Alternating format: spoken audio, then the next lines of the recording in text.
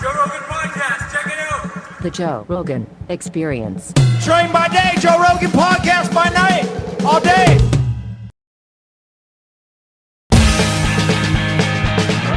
Mark, welcome. Thank you. Thanks for doing this, man. Appreciate it. Dream to be here. You have, first of all, as a referee, you have one of the most difficult jobs in MMA, and you're one of the rarest guys because no one complains about you. Do you know that? Like, I have heard zero complaints about you. Maybe there's somebody out there that's complained. I've never heard it, which is crazy. Mm-hmm. It's weird. You want your name to be called one time. And that's when the announcer says, referee in this fight is such and such. You don't want any complaints other than that. Because we know it's a lifetime opportunity for these fighters. We don't want to do anything negatively to affect them. So that's a good thing. Well, it's such a difficult job because in impulse, you have an impulse. Like, you don't know when to stop. Like, is it now? Is he okay? Is he going to be okay? Like, sometimes fights get stopped early, and it is the worst feeling when a guy is kind of rocked, but then someone stops the fight, and then the guy complains, and then the crowd's like, boo, and you're like, shit. It's weird because our philosophy, and, I primarily work with two of the commissioners, Nevada State Athletic Commission and California, two of the top commissions in the world. You don't want the fight to go too long to risk long-term injury for the fighter. So there's that philosophy of maybe stopping a fight one punch too early versus one punch too late. Your goal is to stop it right on time. But it takes a lot of hard work to get to that point.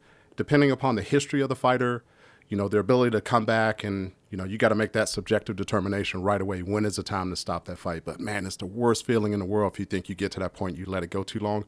Or if you mistakenly stop it too early.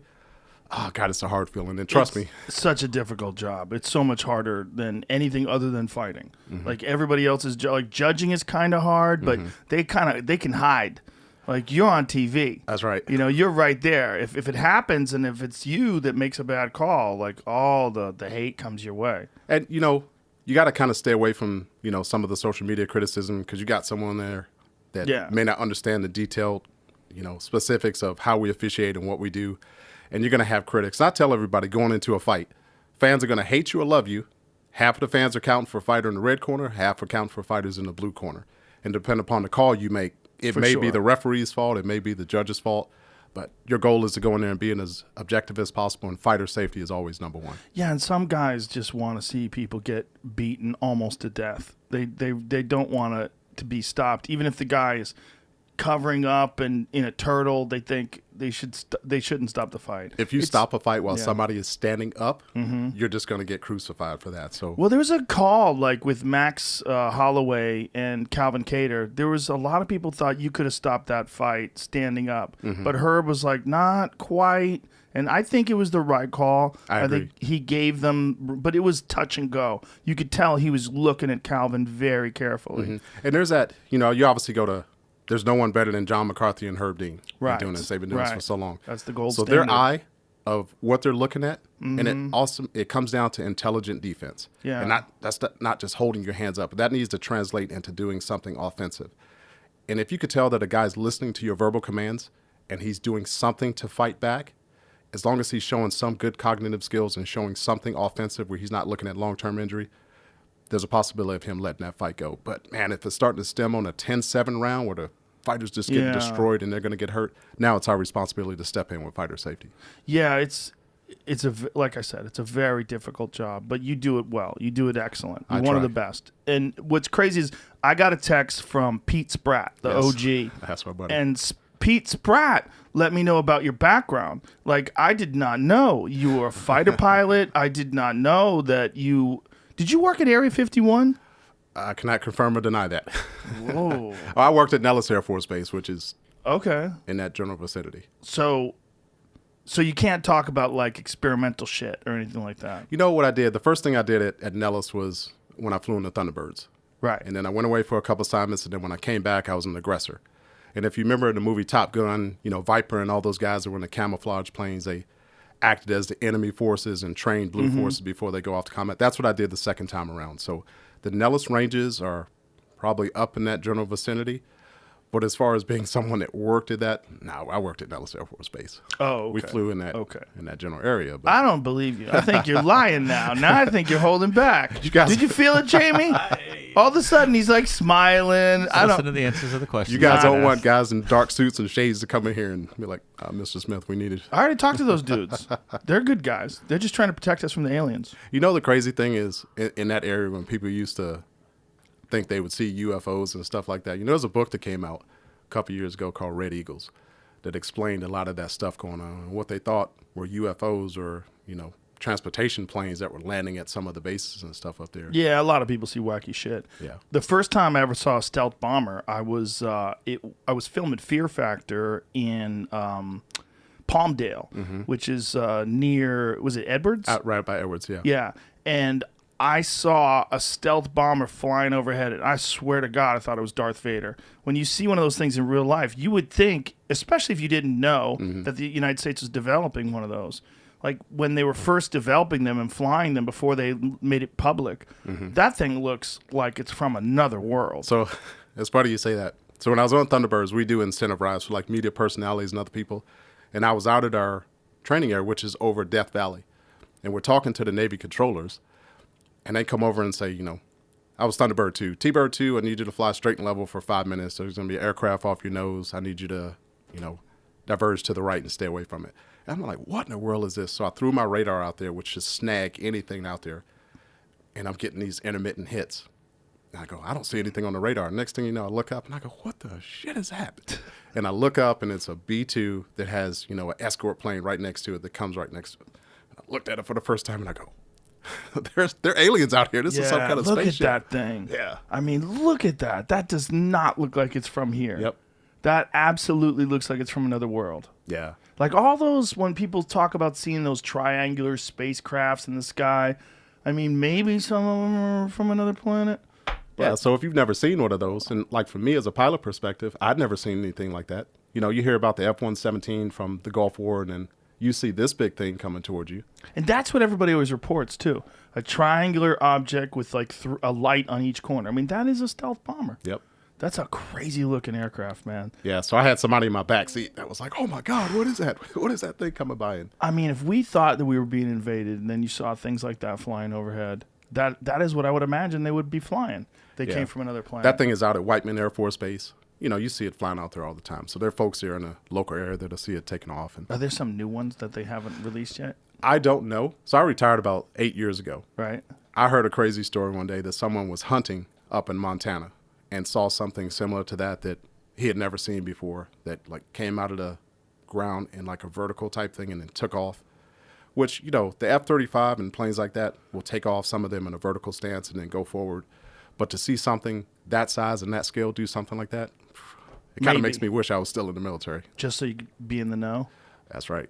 What? So which one can do that and take off? The F-35? Yeah, so there are a couple variants. variants. So the Air Force one does traditional rolling takeoff, but the Marine one, you know, it's almost like a Harrier. So the back engine will rotate, so it'll take off vertical. And then as it's going forward, the engine will rotate back the other way to give it forward propulsion.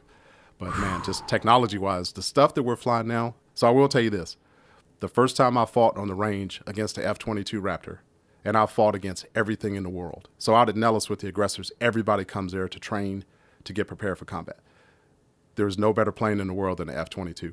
When that thing passed me and some of the stuff that I saw it could do, I go, there's no better plane in the world. So as far as air superiority, F-22 is at the top of the food chain. What is the difference? It's F-22 is primarily air superiority, you know, so like air-to-air dogfighting, long-range, short-range missiles. F-35 is, you know, a command and control platform. It still has weapons on it, can drop bombs, shoot missiles, etc.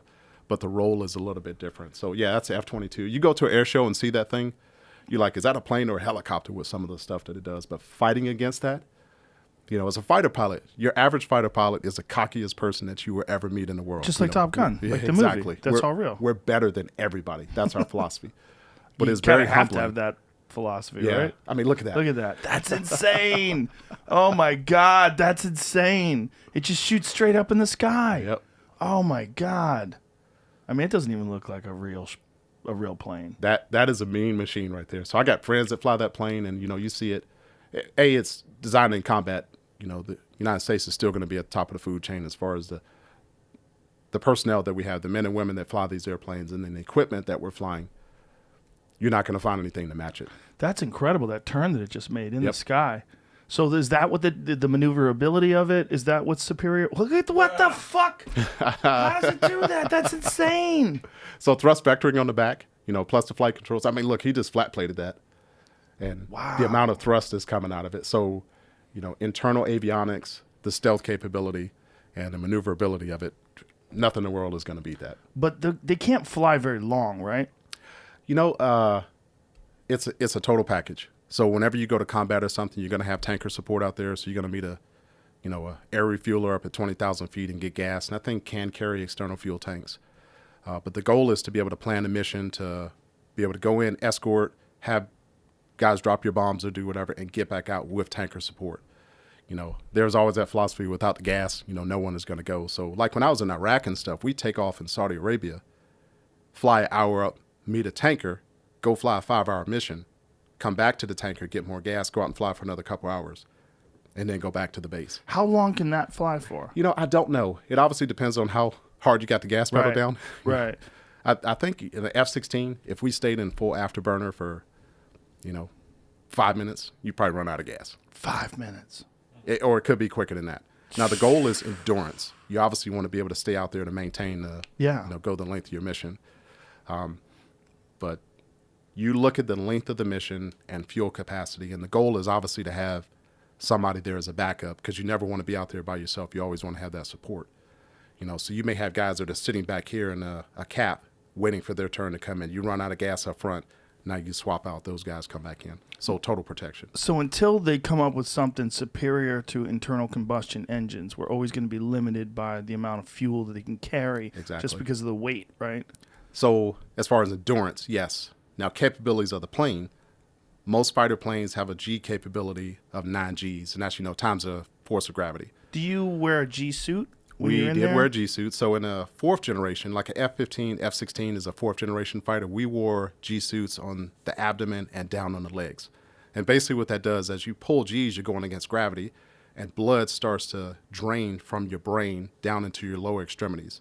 So the G suit is just a capability to help counter it. It's really a tightening restriction of your muscles, starting with your calves, hamstrings, buttocks, all the way up. And we do the hooking. The hook. You hook, and that's really to hold the oxygen in. And what that does is lock everything down to hopefully hold the blood up in your brain as long as possible. I told you I flew with the Blue Angels once, and when I did that, I got to 7.5 Gs before I couldn't take it anymore. So did you start to gray out, or did it start to tunnel vision? Yeah, it was like an elevator door was closing. Yeah. And, I'm doing that.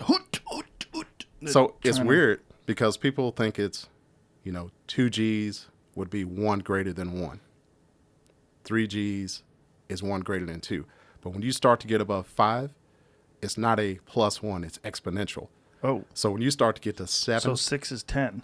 Yeah, that's what it feels like. Yeah. And you can't explain how it feels, but 9 Gs is absolutely, you get back home that night, and from straining and everything, measles, what it looks like we call them Gsels, where your blood vessels will actually start to pop. Oh, wow. And you get these little specks on from straining so hard that you're popping blood vessels. But the goal is obviously not to fall asleep. We call it fall asleep in an airplane, G loss of consciousness. G-lock is what it's called. If you do that and you're in the air, it may take you 30 seconds to a minute to be able to come back to any kind of capacity. And if that happens, majority of the time it's going to be catastrophic.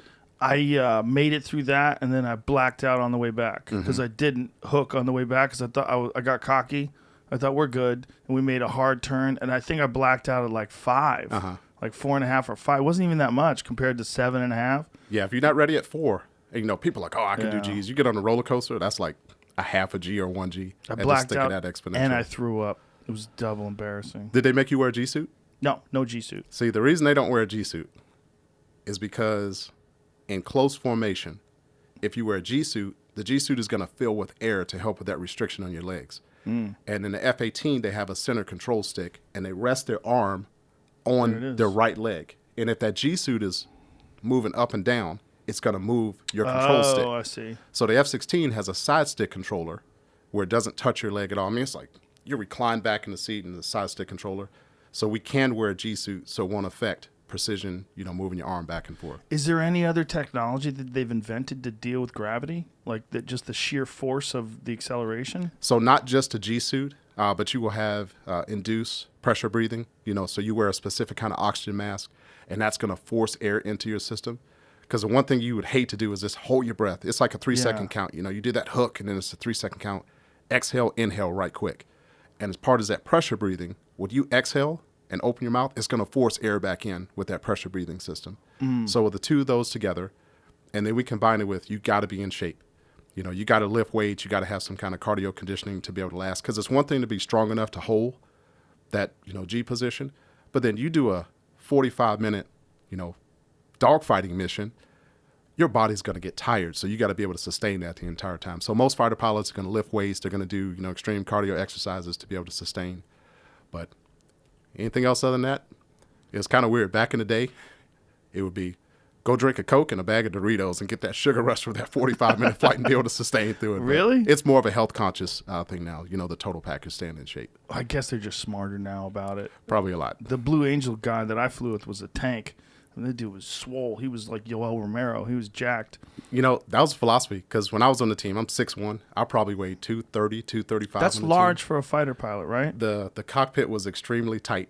Usually they're smaller guys because is that a thing with the gravity? It's easier to sustain gravity? It's a height limitation, so you can't be so tall where your head is up against the top of the canopy. Oh, that's all it is? But you also can't be that short where you can't see over the dashboard. But there's a weight limitation too. You can't be below a minimum weight, because if you ever had to eject and you're below, let's say, 125 pounds, that parachute is going to drag you. You won't be able to stop.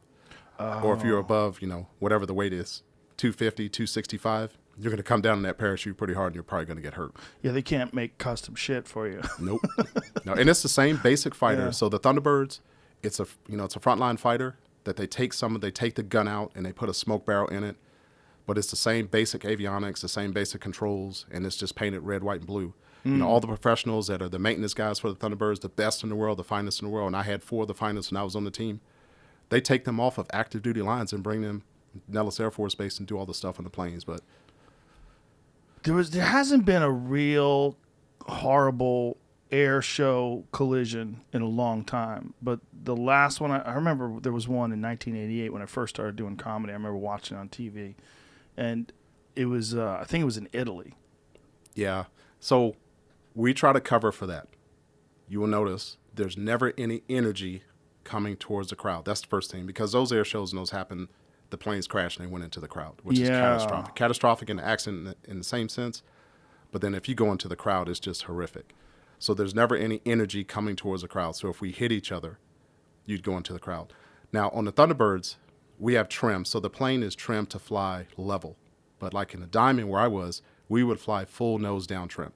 So I'm flying there for some reason. What does that mean, full nose down So trim? at level trim, the plane, I could take my hands off it. It's going to fly straight and level. Okay. Full nose down trim, I have to hold back pressure the entire flight. It's about 30 pounds of back pressure the entire flight. So it's like doing a bicep curl for 30 minutes.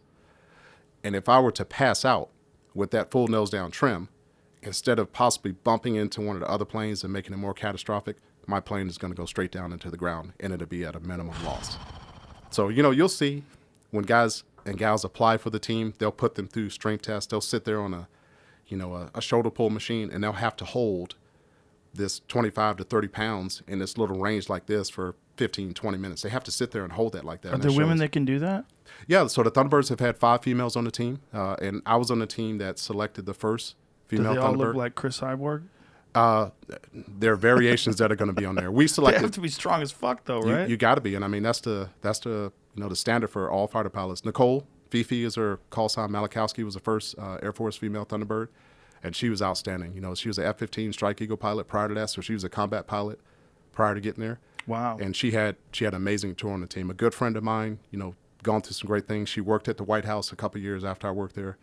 Probably more difficult for someone like that to train for that, right? Like, what kind of weight training does she have to do to prepare for that kind of physical Everybody strength? does their own program. Oh, so there's no like program that's assigned by. You do have to do a Air Force fitness test, which is so they do waist circumference, and then you have to do sit-ups, push-ups and a 1.5 mile run, you do What's have a weight circumference? waist, like Waist. You know, I can't have a size 45 Right, waist. you can't be fat. And it's really, you know, a combination of standards that they do for that.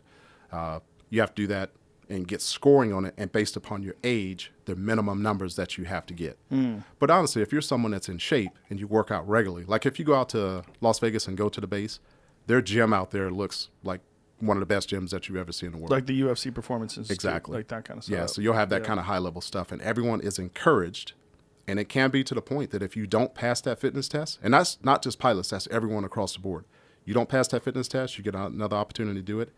If it gets to the point where you can't pass it, they'll say, so long. You don't meet the standards, you're no longer in the Air Force. I would imagine that has to be that way. Yeah. I mean, you're flying. How much does one of those cost? Like the F-22, how much is that? I don't know the exact cost of that, but like when I was on the team, those F-16s are, you know, $30-40 million a piece. So, you know, if something happens to one, you know, so I was on the team in 2002 to 2005. Is that accurate? Oh my God. That's a lot. Yeah. F-22 is an estimated, what? $334 million. Yeah. Now that for our cost needs, is based upon how many you buy. Obviously, you buy more of them, the cost per is going to go down. How many does anybody have? So Who's buying these things? I mean, it's obviously just the Air Force. Yeah, the F-22 is only a United States Air Force platform. Now, the F-35 is Navy, Air Force, Marine, and we do have some joint partners in that one. That plane's been sold around the world as well. Yeah, that's what I was going to get to. They sell those to other countries? The F-22, they don't. Good. F-35, they do. It may have limited capabilities on it, so it may not have all the bells and whistles that our planes have, but we Does do anyone have have something that's similar to an F-22 in other countries? I think Russia has a stealth-ish looking fighter, and China has one, but I don't think the capabilities are anywhere near the F-22. So I would imagine that there's got to be a lot of pressure on them to design something that's competitive with that. It may look good on the outside, but it comes down to the question of, you know, is it stealth and what kind of capabilities that it has. We've never had a war or any kind of combat where those types of planes have fought against each other. You know, there hadn't been a shooting war really, you know, in a number of years since Iraq, and, you know, maybe some stuff in Kosovo and like that. But there's, as far as dogfighting, enemy versus enemy in the sky, you haven't had that in a number of years. What do you think about all this Space Force talk? It's kind of weird because you had those capabilities within the Air Force already. Yeah. And to split it off into a separate force, you're essentially just pulling entities out of branches of service that were already there doing the same thing. And there are a lot of people that, you know, we got some great folks that work, you know, do all the space stuff, you know, working with NASA and international space entities doing all that. But was it necessary? I don't quite know. You're in the know, so you have to tell us because we don't know shit. I didn't personally think it was necessary. You know. So this is the idea that they're preparing for one day when wars are going to be fought in space. Is that the idea behind it? I don't think it's just wars. You know, it's communication capabilities. So like when I worked at NASA, we were finishing the space shuttle, and it's like, what's going to be the next generation of going into space? And the goal was eventually to get to Mars. And so my daughter at the time was 6-7 years old, and my boss, the NASA administrator, he looked at her, because my daughter wanted to be an astronaut. He's like, you're the perfect age of someone that's going to go to Mars. And the goal was to be able to go back to the moon, to build a platform at the moon, so we'd launch and go to the moon, and we'd have an outpost at the moon, and then launch from the moon to be able to get to Mars. And then it'd be like, you know, it's like a year to get to Mars, literally a year. Go do your stuff there, and then a year to travel back. Now that has changed a little bit because, you know, you need congressional funding and all that stuff, and there has to be a determination of, do we need to go back to the moon? How much money would it cost to set up a base on the moon? A lot. And that's the question. God. It's like, you know, priorities as far as financial budget, what we need right now. You got some incredibly smart people that work at NASA and, you know, some of the other international space entities. But I think the truth of it that came down to, and, you know, you saw those movies, Hidden Figures, and that talked about launching to the moon and stuff. Mm-hmm. Some of the knowledge and capability to get to the moon was lost because a lot of these professionals that did all their mathematics and calculations to get us there, they had that stuff up here. They go to a chalkboard and they write it down and say, okay, this math formula, this calculation, this projection, this will get us to the moon. But as they started to age off, guess what? We didn't have that technology written down. So with our capabilities today, seems so ridiculous. It does. With our capabilities today, you would think oh, we can go back to the moon today. My favorite is looking at the NASA, the room in Houston where they're all smoking cigarettes. They're all wearing them nerdy glasses with the ties on. It's just such a window into the past. Such a strange time. Those rooms are still down there. Are they So I got a really? chance to, failure is not an option. All those discussions. You go down there. Are they updated or are they in the original They form? still look like in the original form. Oh, man. Yeah, so NASA's obviously changed a little bit. It was a sad day with the cancellation of the space shuttle, but we had to. That thing was starting to age out. And Yeah. as we look at the next phase of what's going to, take us up into space. But working there for a year, I got to go down there and see all that stuff, with the... Yeah, look at that. Look at those whack monitors and shit. Everything, it seems so weird. The Yep. way everybody the dressed. green computers, like in the bottom left down there, all that stuff, it, still looks like I that. wonder how many of those guys died of cancer because they all smoked. Right? They were all smoking. In the movies they were. I'm looking for cigarettes in the photos. I Oh, don't see come any, on. but These guys are smoking. They a lot of just put coffee. their cigarettes away before the photos. It's the craziest thing. When I was working down there, I had some friends down there in the space industry, and I was talking to one of my friends down there, and I had on this little band that said, failure's not an option. There you go. And Yeah, look, he's got a cigar. Well, that's because I think that's that's when they made it. And the lady I was talking to, she worked in one of the space industries, and she's like, "Oh, that's nice. You got my dad's band on." And I go, "What?" She goes, "Yeah, my dad's Gene Kranz. He said that." I was like, "Oh, cow. He's over here. You want to go meet him?" So, Oh, wow. All those guys, Tell everybody who that is. So basically the philosophical head of all the launches down there when we had some of the Apollo missions that were not successful, launches that went off that weren't able to do everything or not able to get to our destinations. He basically threw down with a NASA philosophy that said failure is not an option. That's him right there with the vest, right? Yeah, we're going to make it to the moon. We're going to do this, and as you know, it was a race to space against Russia, and we were able to, they had Sputnik that went off first, but we were able to successfully make it to the moon first. And it's weird. A lot of people believe that was in a studio somewhere, but man, as you work at NASA and get to see all this stuff, you go, nah. Well, Sputnik might not have been in a studio, but the film footage. Have you ever seen the film footage of Yuri Gagarin? That's his name, right? Yeah, I haven't seen Yeah, it. it's kind of crazy because they faked the footage, like they recreated it because the actual thing that he was in. What would you call what the Russians had? The first man in space. What was his? What was the Oh, the actual module? The actual module. Do they have a name for it? I don't know. Their one now is called the Soyuz, which, you sit on Yes. top of a Roman candle and they shoot you off. But Yeah. Well, they recreated it, but it's kind of obvious because it's like he looks like he's acting, and it's like a light here and a light here because like the shadows are in different directions, and he's like sitting like you could tell it's fake.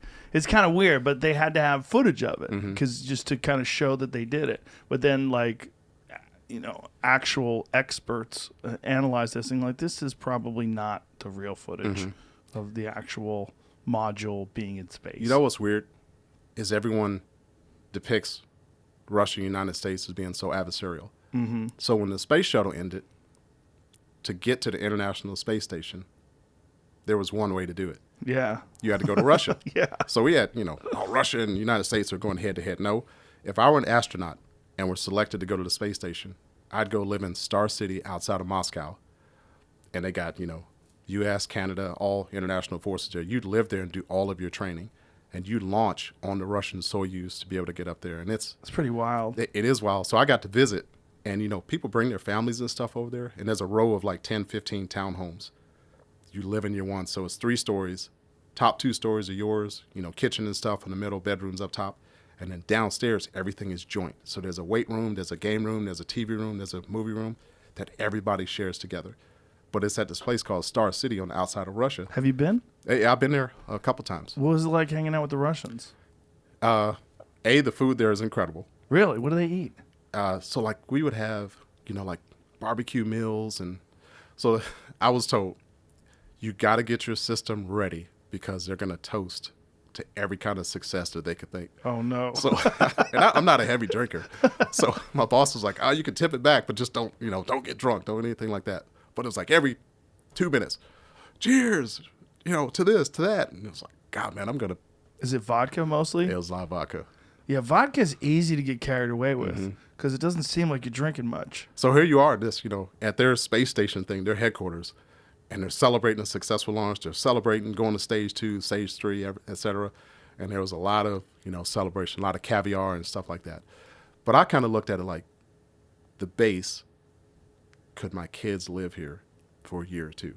Now, obviously, they're going to take care of you. The weirdest thing for me, when we travel around, you'd have security and stuff with you.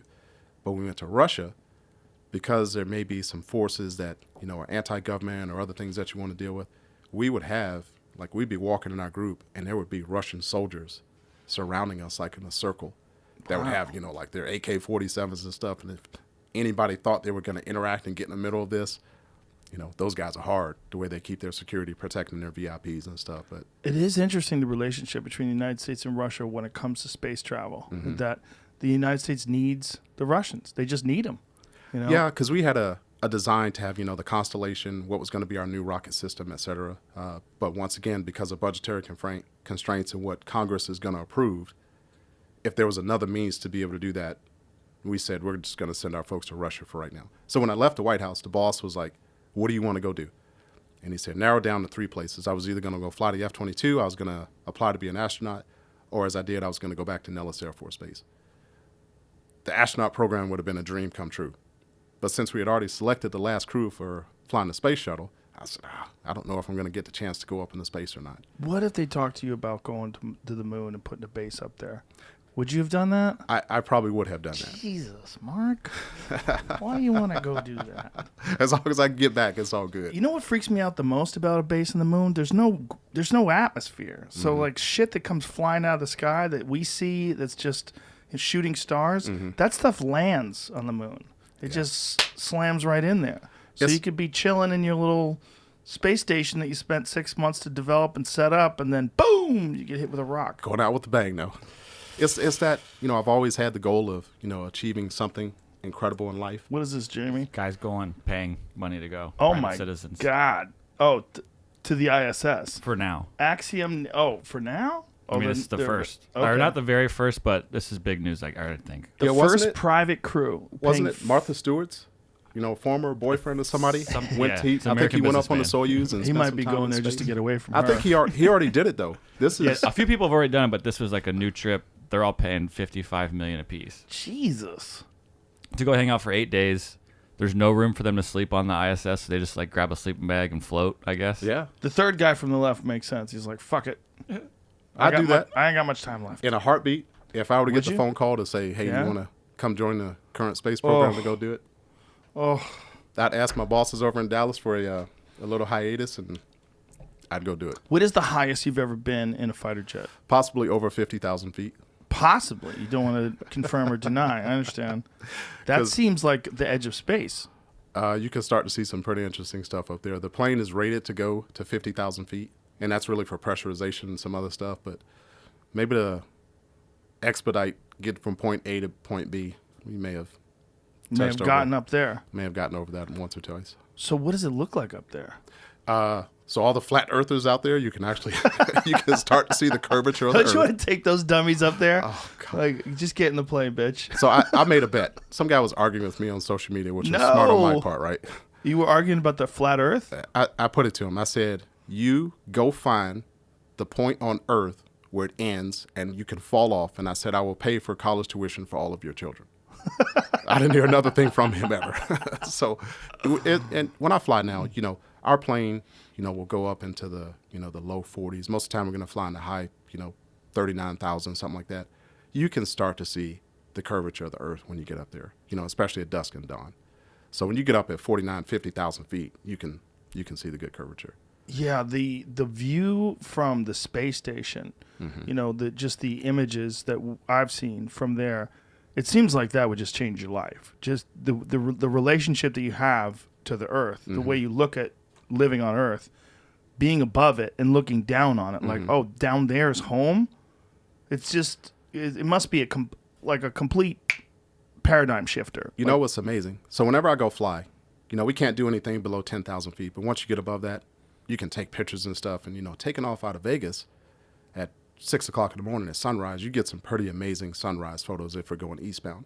So I will post stuff to my social media all the time. Some of the, if there's a big thunderstorm right next to us, I'll film it and post it. And people go crazy over that kind of stuff. And I'm sure. Beautiful day over the Gulf of Mexico, and I'm snapping pictures and posting on social media and stuff. There's no restrictions on like using your phone while you're up there. You taking can't be pictures? on Wi-Fi. You can't be. We don't sit up there and watch the game on You Super can't Bowl. be arguing with people on Twitter while you're flying. You don't do any of that stuff. So in the back you can, but as far as the limitations up front, one thing I will say is we are a very disciplined group. So below 10,000 feet, unless it has to deal with specific flying, there can't be any casual conversation.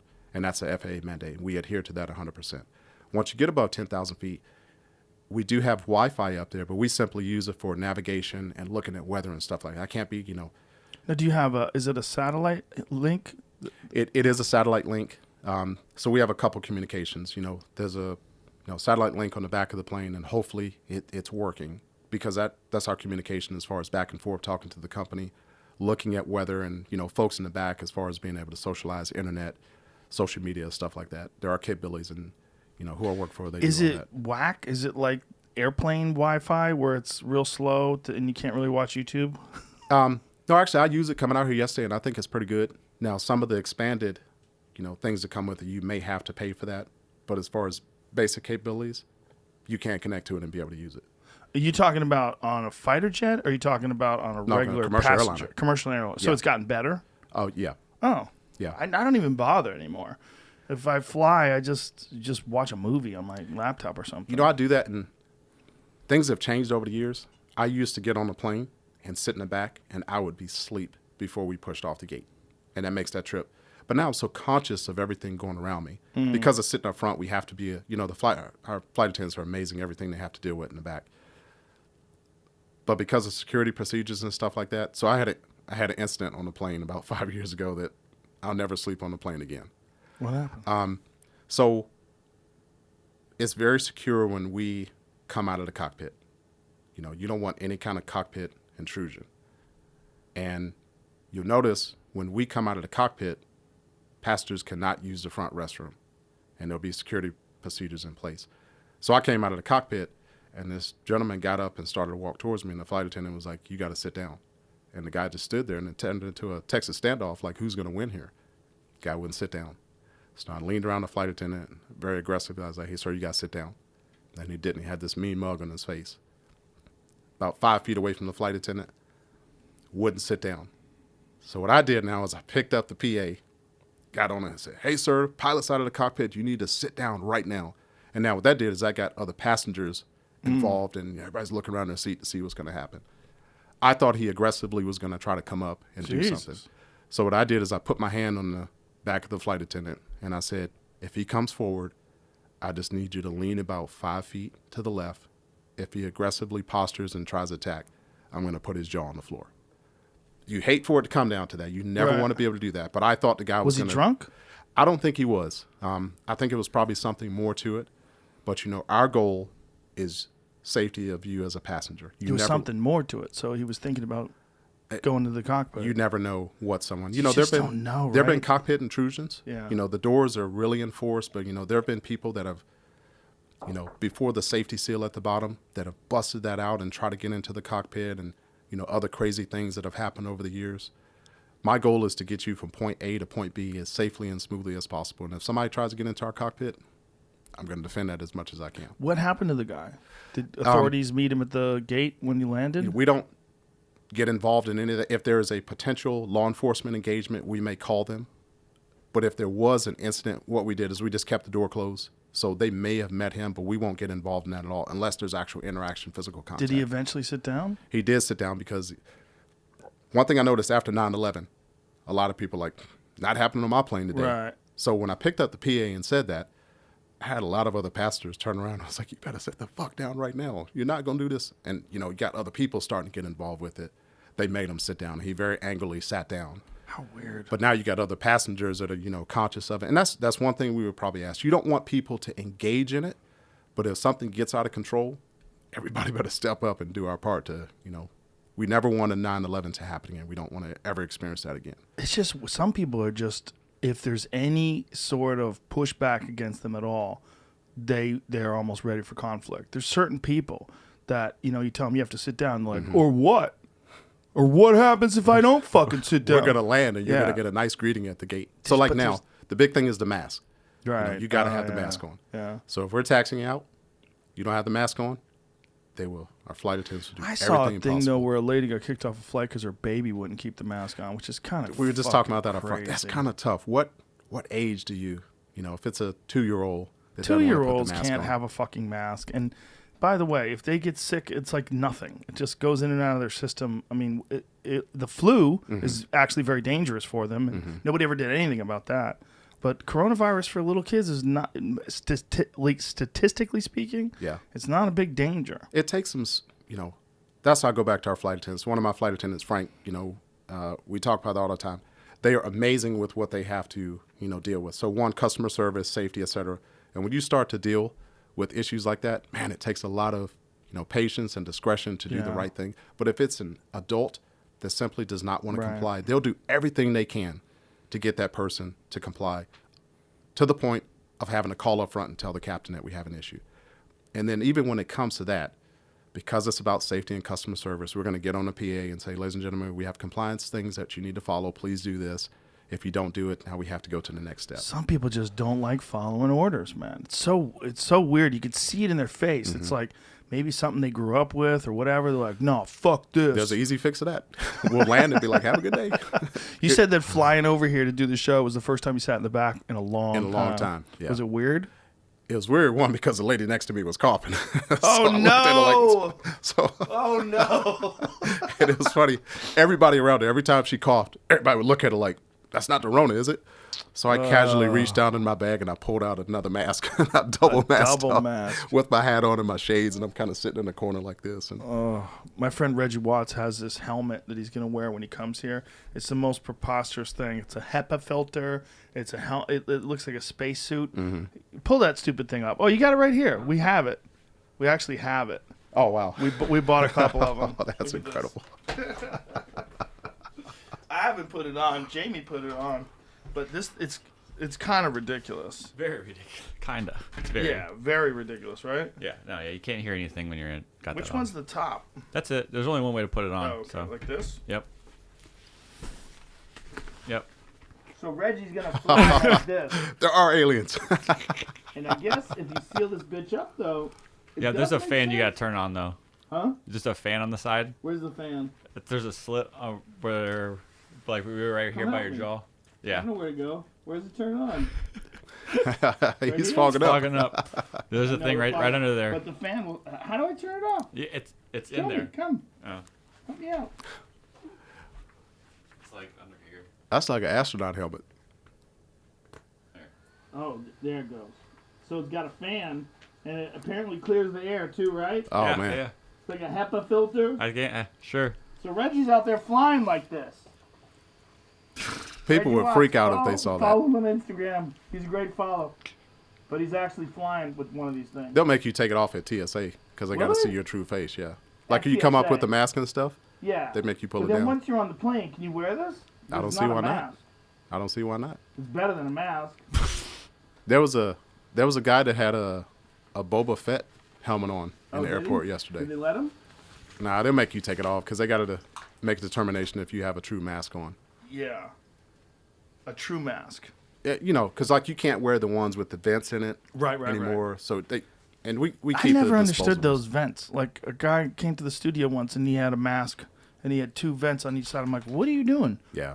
You have a hole in your mask. Yeah. This is not a real That mask. and the little like the plastic face shield. Yeah. That sits about. You can't wear anything like that either. Those are ridiculous too. There's a hole you can grab up and grab your face. Yeah, it'll just This- the Rona will come out in the top or bottom. all of it's just so strange because nobody knows what's really working and what doesn't work. And then there's these anti-mask people think that nothing works. And there's Yeah. no evidence. Some of them are actually intelligent. That's what the real problem is. Like Alex Berenson, who used to write for the New York Times, was on this podcast. And he said there's very little evidence that shows that masks work. I wear a double mask. Like so, I got my mask and then I put one of the the medical mask on the inside. That's what Tom Cruise does. And I kind of look at it like if I can't smell anything, that's at least a start. At least It's at another least barrier. some. I would imagine if someone's coughing, there's stuff that's in the air, and if you have a mask, it's got to stop some of that shit. Yeah, But that's been the goal, to stay as safe as possible. now explain to me how you go from being a fighter pilot to being an MMA referee. All right, so it's weird. When I was in Vegas the first time, 2002 to 2005, part of my physical fitness regime was like everyone has to box. I went to the Air Force Academy. Everyone has to box there. When I Really? came back Everyone has to box at the Air Force Academy? part of the PE programs is you go through a boxing program. Really? Yeah, so for a semester That's you got to great. box. You know, That's it's part great. of the self-defense skills. There are other things that they do. They make you spar? Yeah, you got to fill up spar. And then, Whoa. you know, we got boxing teams at the academy. And I Yeah, I will know say that, for but- years, the academy boxing team was, you know, the best in the world. Wait, Ray Mercer won the gold medal in the Olympics when he was fighting for the Army. There are a lot of my Pretty classmates. sure that's the case. Yeah, all Americans that, you know, boxed throughout the years. Yeah. And so when I got Randy back to, Couture boxed in the Army, too. Yep. And that's kind of tied in. That's how it started. When I went back to Vegas, I went to a gym called JSEC, which is now Fight Capital. Sure. And JSEC, you know, with Skipper John Kelt, Lewis. John Lewis. Yeah. That's the first gym that I Shout went out to back John Lewis and Skipper. Skipper Kelt, all those guys are amazing. So remember, Skipper's awesome. Back in the day, that's where Randy Couture would train, Marvin Eastman, Mm-hmm. Tito Ortiz, Chuck Liddell. I went in there, and that's where I started doing all my boxing, my jiu-jitsu, and everything else. So I was already doing some stuff with the UFC. You probably don't remember, but some of the old school UFC fights, like when Randy Couture fought in Columbus, Ohio, they would have me come out to the fights and go to a local VA hospital there in the area, and I bring a group of like 5 or 10 vets out to every single UFC fight. Is Columbus when he fought for the title against Tim Sylvia? Against Tim Sylvia. Yeah, I remember that. You know, that and some of the other UFC fights, I bring these guys out. So I already had a rapport and a relationship with a bunch of those guys. And here I am doing this training, boxing stuff at JSEC. And we had a couple guys coming there that wanted to spar one day. And I was like, oh, that looks interesting. I think I'd like to get in there and referee with them. And Skip was like, practice with some of the other guys first while they're doing their live sparring. And then when these pros come back, I want you to get in the ring and move around with them and see what you think. And it was weird because Dana came in there one day. And I was like, Dana, can I have a picture with you? We took a picture. And he's like, what the hell are you doing in there? I was like, I just practice refereeing a little bit. So he's like, is that something that you're interested in?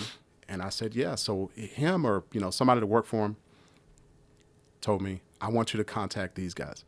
I want you to contact Barry Meyer, God rest his soul, and the folks over at Tough Enough. Jeff, his younger brother. Yeah. One of the top amateur promotions there in Las Vegas across the world, you know, MMA fighting, etc. So they had me go to their fight the next day, and I sat there next to Barry, and he's like, is this something that you want to do? And I would practice scoring fights. I did that for a little bit, and the ISKA folks brought me on as a judge, and I did the judging for about 6 months. While the whole time I'm still going to these gyms, Extreme Couture, Syndicate, JSEC, getting in the ring, and I'm practicing with these guys. And I go, you know what? I love this refereeing stuff. So I decided to take a formal course. So I went and took Herb's course, and I realized how much I didn't know.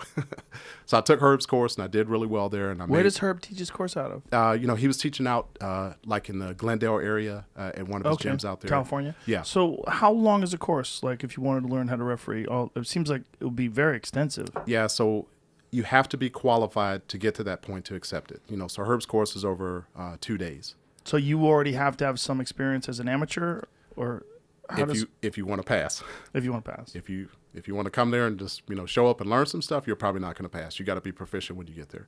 So I took Herb's course, and I did really well, and I made, you know, Herb calls it his dean's list as one of his top officials. And then I switched over to refereeing. So here I am judging amateur fights and then refereeing amateur fights. Bill Brady, who was the chairman of the Nevada State Athletic Commission, was coming to the fights, and then he knew I was military also. He knew I'd done some stuff with the veterans coming to the fights. He talked to me one day, and he's like, how far do you want to progress with this? And at the time, I didn't know because I was still active duty military. So he came, and he watched me do a bunch of fights, and he would look at my scores and watch me refereeing. And then I got this phone call one day that says, we want you to come to the commission meeting on Tuesday. And I was, oh, man, this is either good or bad. Either I did something wrong, I'm about to get suspended. Well, I went in, and, you know, you stand up in front of them, and they ask you these series of questions. And, man, I was very lucky. So I got licensed in Nevada, which is obviously the biggest state for the biggest fights in the world. Yeah. They brought me on as first a judge with Keith Kaiser. You know, he brought me on for a judge a little bit, and I'm still refereeing amateurs and get more proficient. I started to try this again, so I went and took Big John's course.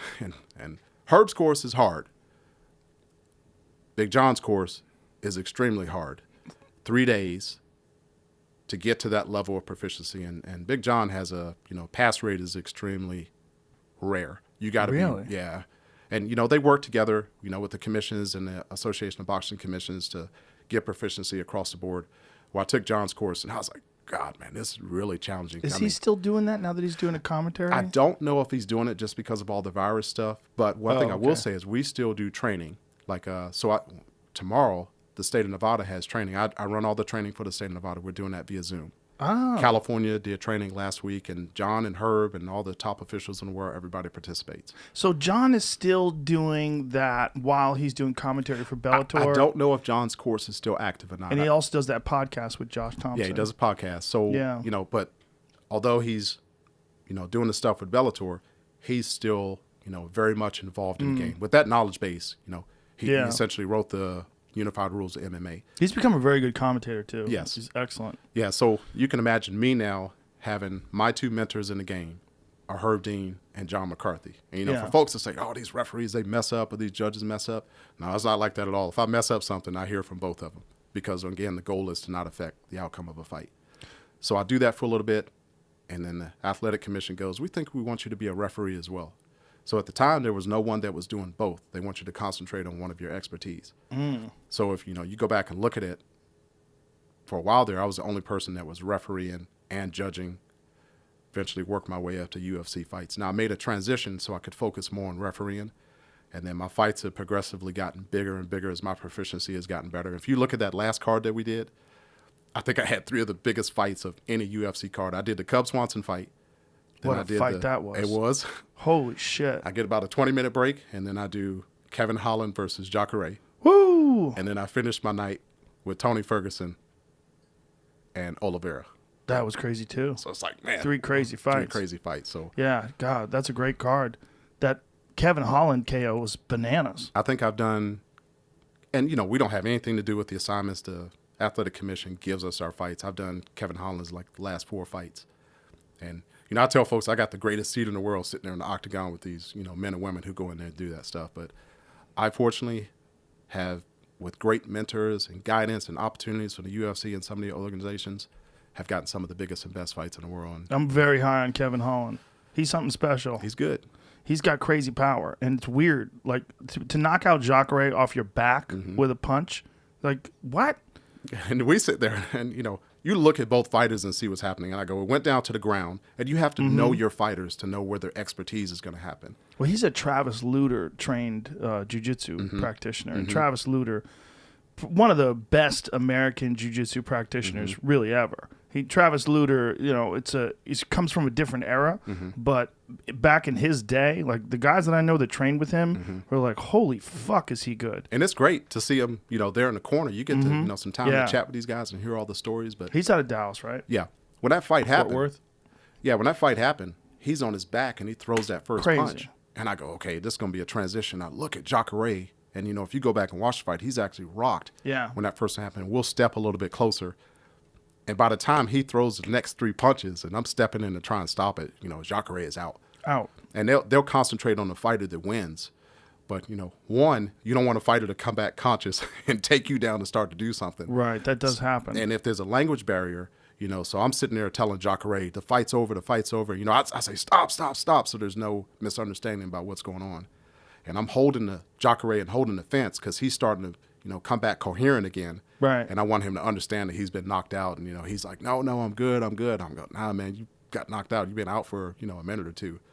Isn't that crazy? Everybody eventually starts to come back. They all think they're fine. Like, people think that fighters, like, they're trying to cheat or something like that. Like, you don't understand what it's like and you get knocked out. And especially fighters, when they come back, they think they're in the fight. Exactly. Like, they'll try to take a referee down. They're holding on to pants legs. Yep. They don't even think that it's a pants leg. And then eventually they go, why is this? These are black pants. It's always, what is this? What happened? Yeah, what happened? They always say what happened. Yeah. Or they get the bright light of the, the doctor shining the flashlight in our eyes of what happened. Yeah. And one thing we tried to transition doing, I've had some fighters get really hurt really bad. We normally keep everybody out of the octagon. But one thing we're doing is we're allowing a coach to come in with the doctor, with the inspectors, with myself, and give them a familiar voice. You get knocked out, you come back, and here's Mark telling you, no, the fight's over. You may not recognize. But if your coach is there in the corner saying, hey, such and such, you got knocked out, calm down, it's fine, this is coach such and such, I'm here. We're finding that's calming the fighter down just a little bit. Obviously, medical protocols and safety, we got to do all that. But I like doing that. I like asking one of the coaches to come in, stand off to my side, and kind of give them a familiar voice. When Oliveira had Tony Ferguson in that arm bar and he had his arm completely hyperextended and it looked like his arm was breaking, like what was your thought there? Because some guys have stopped fights when a guy has a fully locked out arm bar and it's very controversial. Like some people think you should just let it keep going. Other people think like one of the best examples was Herb Dean with Tim Sylvia versus Frank Mir. That went through my mind during that fight. And see, what a lot of people didn't understand at first is Herb is looking directly at his arm and sees it snap. Heard it too. Heard it. He heard the crack. Yeah. Now he caught a lot of flack for that. He only did for a couple seconds. Once I got in the octagon and I explained it, and I explained it to the audience because people were booing like crazy because the fight was stopped. Tim Sylvia was like, "What the fuck? Yeah. What the fuck?" Meanwhile, his arm was he had that trashed. adrenaline going too. And well, his arm was gone. Yeah. I mean, it was, and then I explained it on TV, and then when I got into the octagon, and I said, "I want you to look at something. Watch this. Watch this." And then you hear everybody go, "Oh!" when you see his forearm bend in half, and then everybody's like, "Oh." Okay. So at that level, with the choke, I'll tell guys in the rule meeting in the back, I'm not going to stop unless you go out. You can have someone in a fully compromised position. You know, who was it? The Chiesa fight. Yes. You know, he was fully Kevin Lee. compromised, but how good could it be? How long can he hold that? Can he turn his chin to the side and get out? Yeah, you got to let him go out. You got to let him go out. So I mean, we but tell guys. Kevin Lee has a nasty rear naked choke, and he had Chiesa fully locked But in. even in that position, you got to let him go so out. I tell guys and we learn as we progress watching fights. You know, we talk daily, weekly about stuff that we got to do. So I tell them in the back in the rules meeting, for a choke at this level, I'm not going to stop it unless the fighter goes out. Good. If it's any kind of other submission, I got to see a dislocation, separation, or it has to break.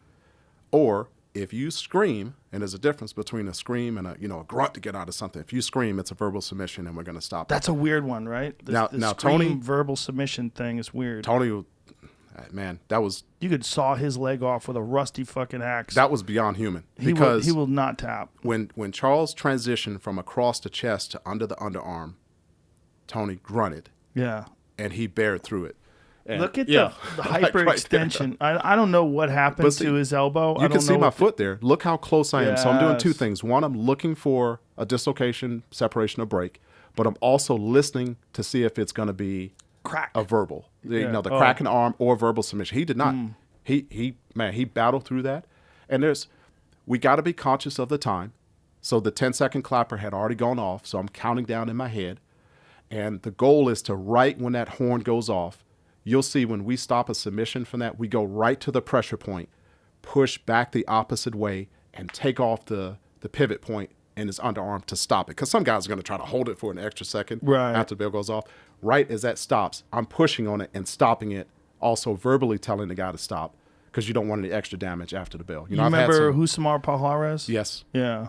Yeah, so we saw, I think he did fight Jake Shields or somebody like that. What's You know, that loud noise all of a sudden?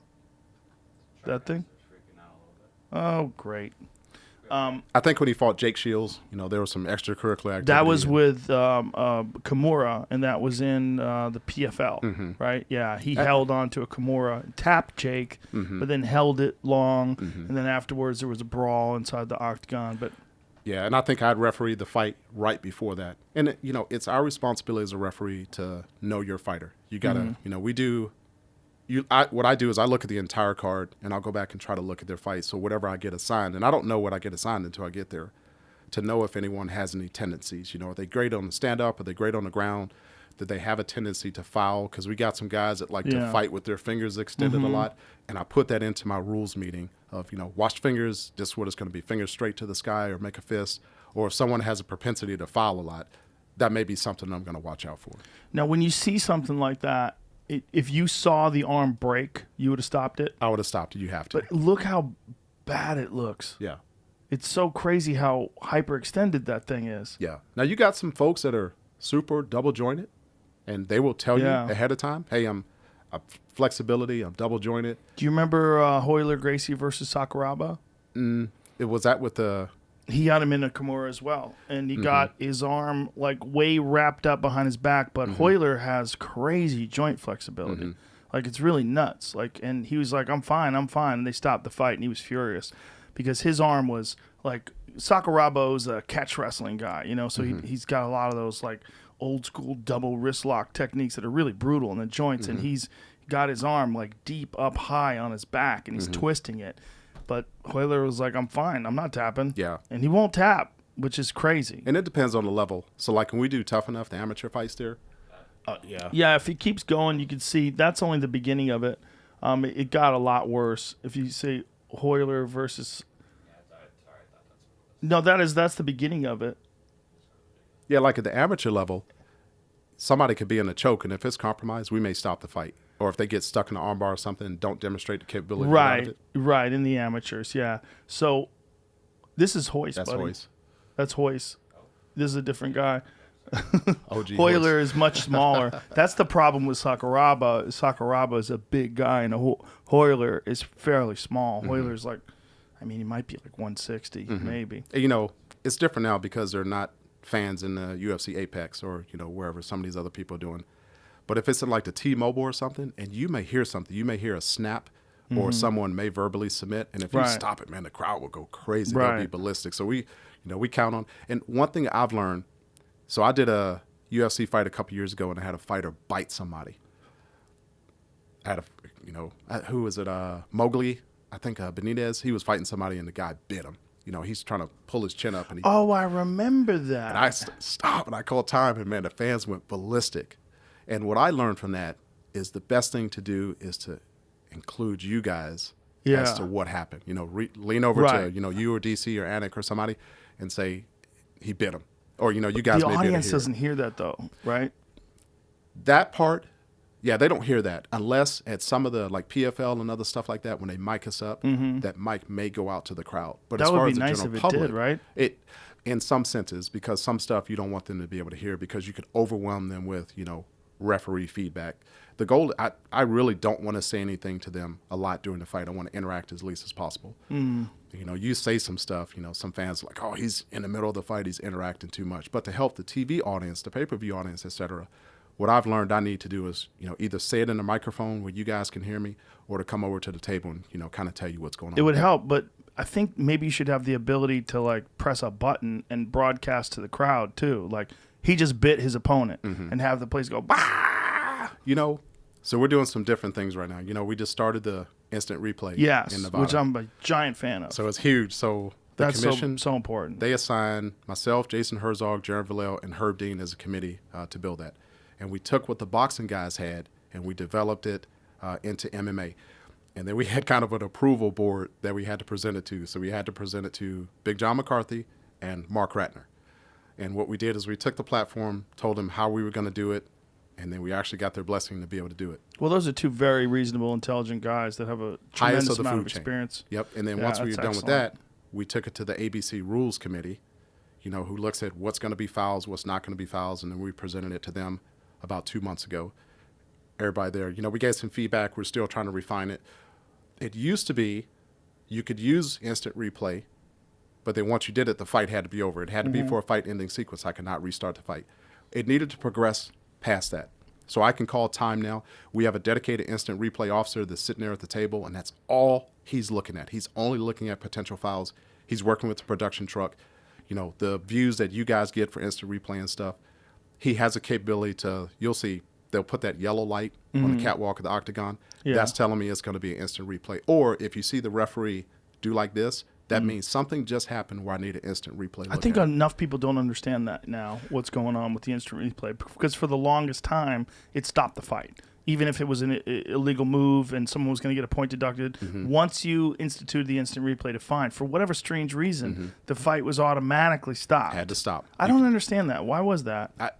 We don't know why, but we decided we had to progress past that, you know, because we had a couple fouls in the UFC fights earlier that could have constituted the fight continuing to, you know, make a determination, was it a foul or not? And then you can get to the point that we find that if someone is faking an injury, if we find that through instant replay, there I was can just be going to point ask you deductions. about that. What do you do, like, if a guy pretends he got kicked low and then you see in the instant replay that he got kicked in the liver? So if we call timeout, I want to see the instant replay. If I miss it, if I make a mistake, Right. I got to man up. No Right. ego, no pride or anything. I got to say. But if a guy's really badly hurt with a body shot, and then you go to instant replay, you're talking about a minute, 2 minutes, 3 minutes. He's got, that feeling is gone now. Now he's been able to recover, and he can actually keep fighting. You as a referee have to make a subjective call there. So at the time when you call timeout, if you feel that the injury warranted enough to be a TKO, I can't stop the fight. If that time has gone by, and I think the fight can't continue, I have to put the fighter back in that same position. If he's down on the ground, there's going to be a level of recovery there, so you are going to lose something. But I'm going to put the fighters back in that, whatever the dominant position is. So if a fighter kicks a guy to the body, and the fighter that is down said he got kicked low, and you determine that he did not get kicked low, you'll make him down on the ground again? Wherever he fell. So you got to take wow. that snapshot. If someone's in guard and there's a foul, Yes. I call stop time, and if I need to have a doctor look at them, before I bring that doctor in, I'm going to take a snapshot of where they are. So let's say the bottom guy commits the foul. Right. I want to put him back in that same, if it's a dominant position, at least 51% dominant position, I'm going to put him back in that. So in that case of if someone fakes an injury, I can't get it back to that point where he's 100% hurt. But I can put him back as close to I can in a dominant position. Now, if I determine that a guy is intentionally faking an injury or something, and I can't put him back in that dominant position, I can fix it by saying unsportsmanlike conduct, and it can be up to a point deduction. Or if I determine that, nope, he would have been done at that point, get up and fight right now. No, I'm still recovering. Okay, fight's over, TKO. Right. So it's a tough position. Yeah. Because, some of them are razor thin. Was the knee down or was the knee not down? Yeah, those are really thin, right? It's tough. And, as a referee, you got to have, a little bit of lobster eye going on to, look at the strike. I had a fight, I don't know, 2 or 3 months ago where the guy was transitioning. What a lot of fans don't understand, it's a grounded opponent. So anything other than the soles of your feet touching the ground. It could be a knee down. It could be a hand down. But what we do is the hand down has to be flat palm or flat fist. It can't just be a finger. It can't be fingers anymore. Yeah. It has to be weight bearing. And the way we determine weight bearing, I can't determine weight bearing if he just has his fingers down, even though there may be some bending in it. So we alleviate it and we say flat palm or flat fist. If that fighter is flat palm and they're transitioning, coming up, and you catch that person, if the hand is that close, man, it's a tough call. That's what they pay us for, to be able to make that high-level subjective call, though. And a fighter is legally allowed to lift a guy up slightly, just enough to get his hand off, and then land a knee to the face. Yeah, I tell them in the back, if they got him down and you got that flat palm, you can lift him back up. I think it was a Gegard Mousasi fight a couple years back. He lifted somebody up and threw the knee, and they said, oh, he was grounded. He was grounded. Right. That was Chris Weidman, Yeah, right? Chris Weidman. Yeah. He was transitioning, Yes. but his hand was up when that happened. Was that your fight? No, I think they were in New Jersey or something like that. But I think so, too, The referee, we got some great referees. You think about in Vegas, Herb Dean, Jason Herzog, Keith Peterson, Mark Goddard, Dan Miragliotta. Oh, yeah, man. That's the best. We all work together. Yeah. We got some great guys there. And, it's teamwork because the fans don't see it. They may see us potentially make a mistake. Oh, that guy's an idiot. He's this and that. Man, we get out of the ring, out of the cage, and we all talk to each other. I'll go over to Herb. I'll go over to Goddard and say, what did you think about this? And it's really an education process for us to get better because, again, the last thing you want to do is affect the outcome of a fight. And we know what this means to you, what it means to Dana and everybody else. Me as a referee, go back to that. I want Bruce to call my name at the beginning of the fight and never have to say anything again. Yeah. Well, Herb is such an open-minded guy, too. Like, he's come up to us before after a stoppage and come up and go, what'd you think about that? Like, he'll ask questions, and I almost always agree with him. I mean, it has to be that way. Yeah. There's no, we got to be consummate professionals, but there's no pride and ego. The worst feeling in the world is as a referee to know that you just made a mistake in front of however many millions of people that just watched that pay-per-view. Yeah, I mean, listen, if you do enough fights, you're going to make a mistake. There's no way around it. It's just being a human being. But the job is so tough.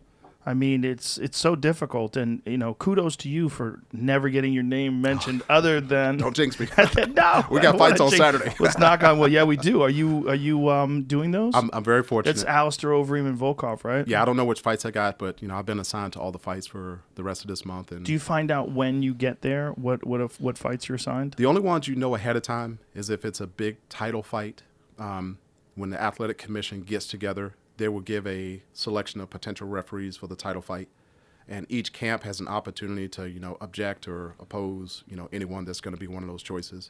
So your name for the title fight for the referee and the judges may come out ahead of time. Otherwise, when we get there, we have a pre-meeting where we talk about, anything that we learned from the last show. And Jeff Mullen, who's, our lead there in Nevada, he hands out our assignments, with our executive director, Bob Bennett. They make the assignments, and you go there and do your thing. We do our pre-fight meeting before the fighters come out to the octagon and talk about any potential issues. And, we've been very lucky having the facilities there at the Apex. We can have the closed environment, be in a bubble. We used to have the fans there for the Tuesday night fights, and hopefully we get back to that eventually. But, man, what a great venue to have those fights in. There's something about the venue with no audience that's really special, though. It's weird. So I did the Travis Brown, Andre Arlovsky fight. Oh, my Probably God. the most fun fight I've ever had in my life. That was a wild fight, man. You know what scared me in that fight? What? It was, you remember, it was so loud in that arena. I can hear the coaches coaching back and forth. I can hear you guys at the table talking. But if I can't hear that, that tells me I'm not going to hear the horn or the bell. Oh, I was so right. worried because, man, these guys are slugfest back and forth. I was so much into it, I didn't have track of how much time was left. So I go, that horn is going to go off, and I'm not going to be able to hear it. Oh, right. But the great thing right now is, you can hear the horn, with no fans in there. But it is so incredible because we can hear you guys with all your commentating, and you can hear the coaches, and then you can hear the fighters talking back and forth to their coaches. They can hear all the specific instruction. And as you know, this whole season, back from like March or April, whenever we started, man, we got some hungry fighters in there that, with the teamwork with their coaches and stuff, that closed environment, you could hear the punches and the kicks, a little bit harder, wild. the impact. And it's just a great venue to be in. Well, the first one I did without any audience was Justin Gaethje and Tony Ferguson, which was in Florida, which was just wild just to be there and to see a fight with no audience. Yeah. I mean, you really feel, first of all, you feel very fortunate because there's so few people that are going to get to be there live. Exactly. But also there's a dynamic to the fight. There's a purity to it where there's no audience and you're just seeing the competitive drive of these fighters. Just that the two fighters in there doing You're hearing them breathe. Yeah. You hear footsteps. You hear the impact of shins. You hear everything. You hear every punch. The fans get to hear things they normally wouldn't hear. Like, I had the fighter that kind of quit on the stool a couple months back. And the fans, with the microphone that we hear, that we have on, they get the chance to hear me actually talking to the fighter. I went over to him and said, hey, do you want to continue to fight? And he had the, the interaction back and forth with his corner a couple times. In the normal, in like the T-Mobile, which is a phenomenal arena, I may not be able to hear that because you got 20-some thousand fans in there yelling. Right. But as I go back to the corner, I can hear everything that the coaches are saying. And if a fighter's given an indication that they no longer want to continue, now I can put that back into my equation on how the fight's going to go, my interaction with the doctor, et cetera. And that occasion, I heard him going back and forth with his coach. I don't want to fight. I don't want to continue. And the coach is trying to encourage him. Yeah.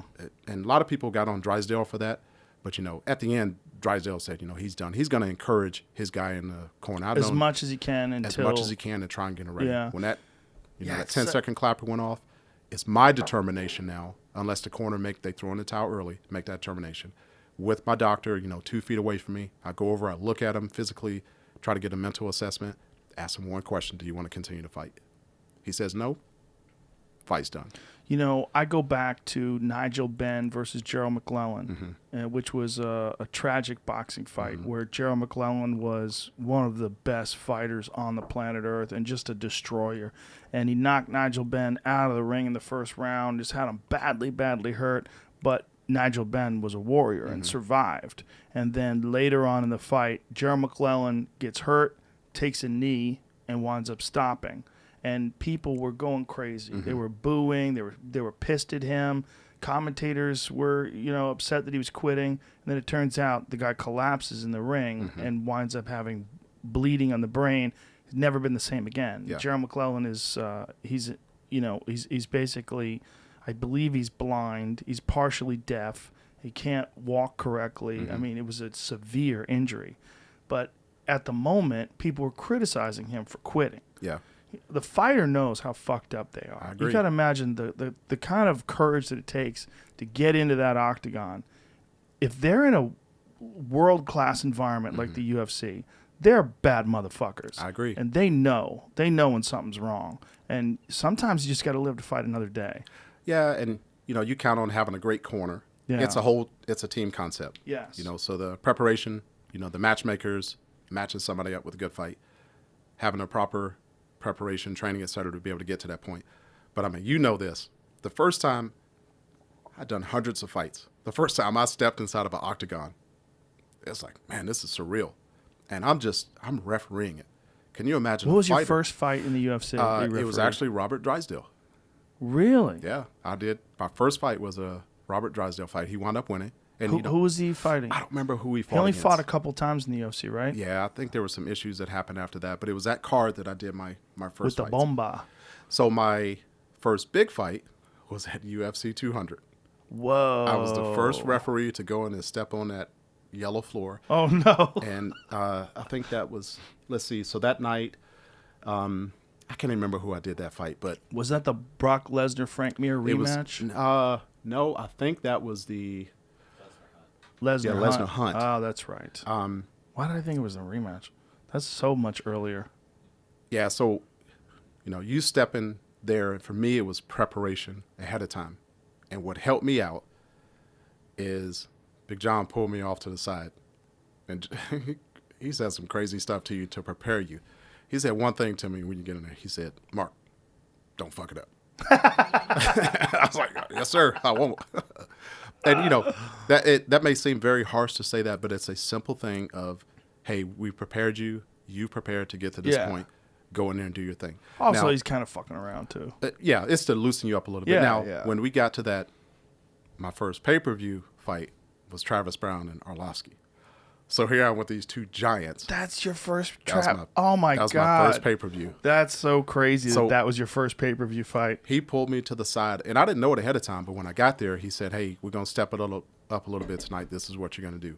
And I know you knew it, the production team knew it, but a lot of people didn't know about Arlovsky's injury prior to that fight. Remember, he had the potentially torn calf muscle. Mm-hmm. So here we are in the back with the athletic commission. They weren't even sure if he was going to fight. They weren't sure. So we had to take him through a series of medical tests in the back. Mr. Ratner was back there. You know, the athletic commission was back there, a couple of the doctors from the UFC. And they were like, Mark, if he demonstrates that he tears that muscle even more, if he's hurt, you got to stop the fight. So can you imagine in that Arlovsky fight with Oh, my Travis Brown, God. if I see that calf muscle tear, I have to step in the middle of that fight Crazy. and stop it. I mean, I'm nervous. Like, That was one of the best one-round heavyweight fights of all time. It was. Of all time. It was so wild. That was a fight that was fought at such a pace that you knew this fight could not go the distance. Yep.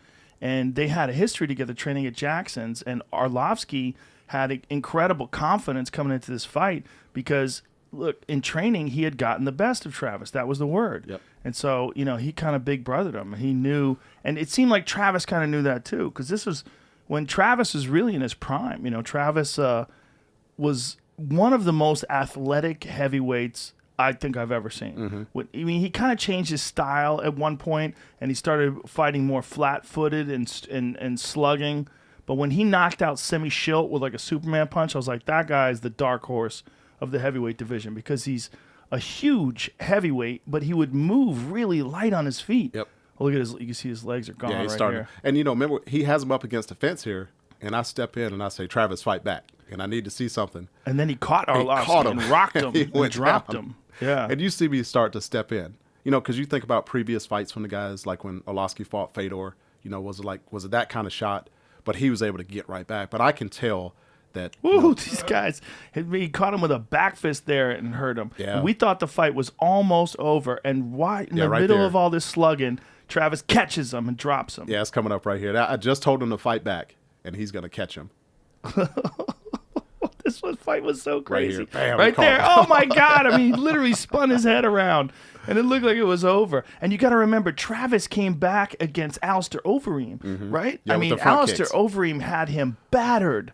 Alistair Overeem had him up against the cage in deep, deep, deep trouble. Hit him with some nasty body shots, really had him fucked up. And Travis weathered the storm and came back and KO'd. Yeah, it's about right here him. that I'm thinking the fight's over because he's going to miss him with the punch, and he's right there, and he staggers so much Yeah. that I'm already of the mind frame that this fight's going to be over. And then he catches him here, and then he turns away without that's any it, intelligence. that's it, Now, see, yeah. that's the kind of Perfect. the Perfect fans may get stoppage. mad at you No, for no. stopping it standing. But everybody knows. See He what they folded. don't. When you see his body Yeah. cave in like that, like his body was barely conscious. Let's Yep. see it again. Like when he hit him with the uppercut, There. like right Yeah, there in the he's right done. hand, like he's done. He covered up. I mean, it was a good stoppage. You saved him in a way. And my goal is to never get hit by some 260-pound heavyweight when I step to stop him. I've been You hit got to before. worry about that, right? You know, you try to step in. It's always protect the fighter safety. Yeah. But I will step in. So guys get on me because I yell, stop, stop, stop. There is no confusion if the referee's yelling, stop, stop, stop. But I also step in definitively to protect myself and the fighter. Mm-hmm. And then sometimes you may have to aggressively push someone Have you off. been hit with a straight punch before? I've been hit behind the ear before from a heavyweight. I went in to stop it right as he's throwing the fight and he hit me. Now, I was lucky I saw it coming and I turned away. Because can you imagine me as a UFC referee getting knocked out in Getting there if I KO'd? get hit? I turned my head away from it and I was able to soak up most of the punch. And, Who was it? it was actually an amateur fight, a guy named Chucky Williams. You know, great fighter, a lot of power. I went in to stop his fight and he's throwing a punch right as he's doing it and he caught me. And what I tell the guys, if you know the fighter is done, show some professionalism. You don't have to sit there and keep punching and, fighting to the referee tells you to stop. But if you can tell that a fighter is out, Right. and If done, someone's unconscious. just, yeah. do the walk off and make sure they're done. Yeah, that's a weird one, right? Like you're taught to keep fighting until the referee pulls you off. But when you see guys get KO'd and they're out cold and the guy jumps on them and pounds them a couple more times, that's unfortunate. Like the Chaos Williams fight? Yes. Yes. I was like, whoever catches first here is going to win this fight. Yeah. And he catches him and he goes down and, he's going in to finish the fight and I dive in and stop it. That kind of stuff you have to do. It's fighter safety. You got to protect the guy that's been out. And he was out before he even hit the ground. Yes. Yeah, Chaos has got some serious power, and he fights like a fucking demon, man. There's a few of these guys coming up right now that are just so talented. They're hungry. Yes. Well, it's you. They've realized they see these, the Conor McGregors, the style benders. They see these guys that are becoming these gigantic superstars, the Dustin Poiriers, and they realize like, wow, like, fortune favors the brave. Like you got to go in there guns blazing. Yeah. And We see it with the Tuesday night fights and then also the Saturday venue there at the Apex. Some people may not realize the impact of what the UFC did in the middle of this pandemic. Bellator did it in their bubble as well, but, UFC kind of led the sports world for everybody. Folks are getting burned out on social media and it's like, what else do we do? And everybody's sitting on the couch doing their thing. That gave an outlet, not just for us as officials, but athletes and teams and everybody of something exciting to be able to watch. You know how passionate Dana is about it, and we all kind of follow that lead. So we as officials, whatever commission you're working for, very fortunate he's given us opportunities to do that. Well, listen, as fans, we're all very fortunate because the UFC led the way for the return of live sports. They really did. Yeah. I mean, Dana stuck his neck out there and led the way for the return of live sports. And they did it in as safe a way as possible. And when we're talking about the athletes, there was a lot of crazy hyperbole, like you're risking their lives. Like, listen, man, those guys are not dying from coronavirus. Maybe we thought maybe they were risking their lives at the beginning of the pandemic because we didn't really know what the virus was. But now, the argument that they're risking their lives now is preposterous. Yeah. Like, you're not going to kill elite athletes with this virus. They may not know the safety protocols that we go through, with No. the testing, you test and you go in the bubble and you isolate. And Also, they're alerting the fighters about vitamin supplementation, how to strengthen your immune system, and how to check. And if they're paying attention, they're monitoring their resting heart rate. Or, if you wear something like a Whoop strap, it'll show where your cardiovascular how your body is recovering for things, and it can actually give you indications that you might be suffering from this virus. Exactly. Like for me, it's preparation. So one, we study fights and get all the understanding in there, but proper nutrition, rest and recovery. I go through a routine every single time before we do a fight to get myself ready for it. And I do that religiously to get ready for it. What's your routine?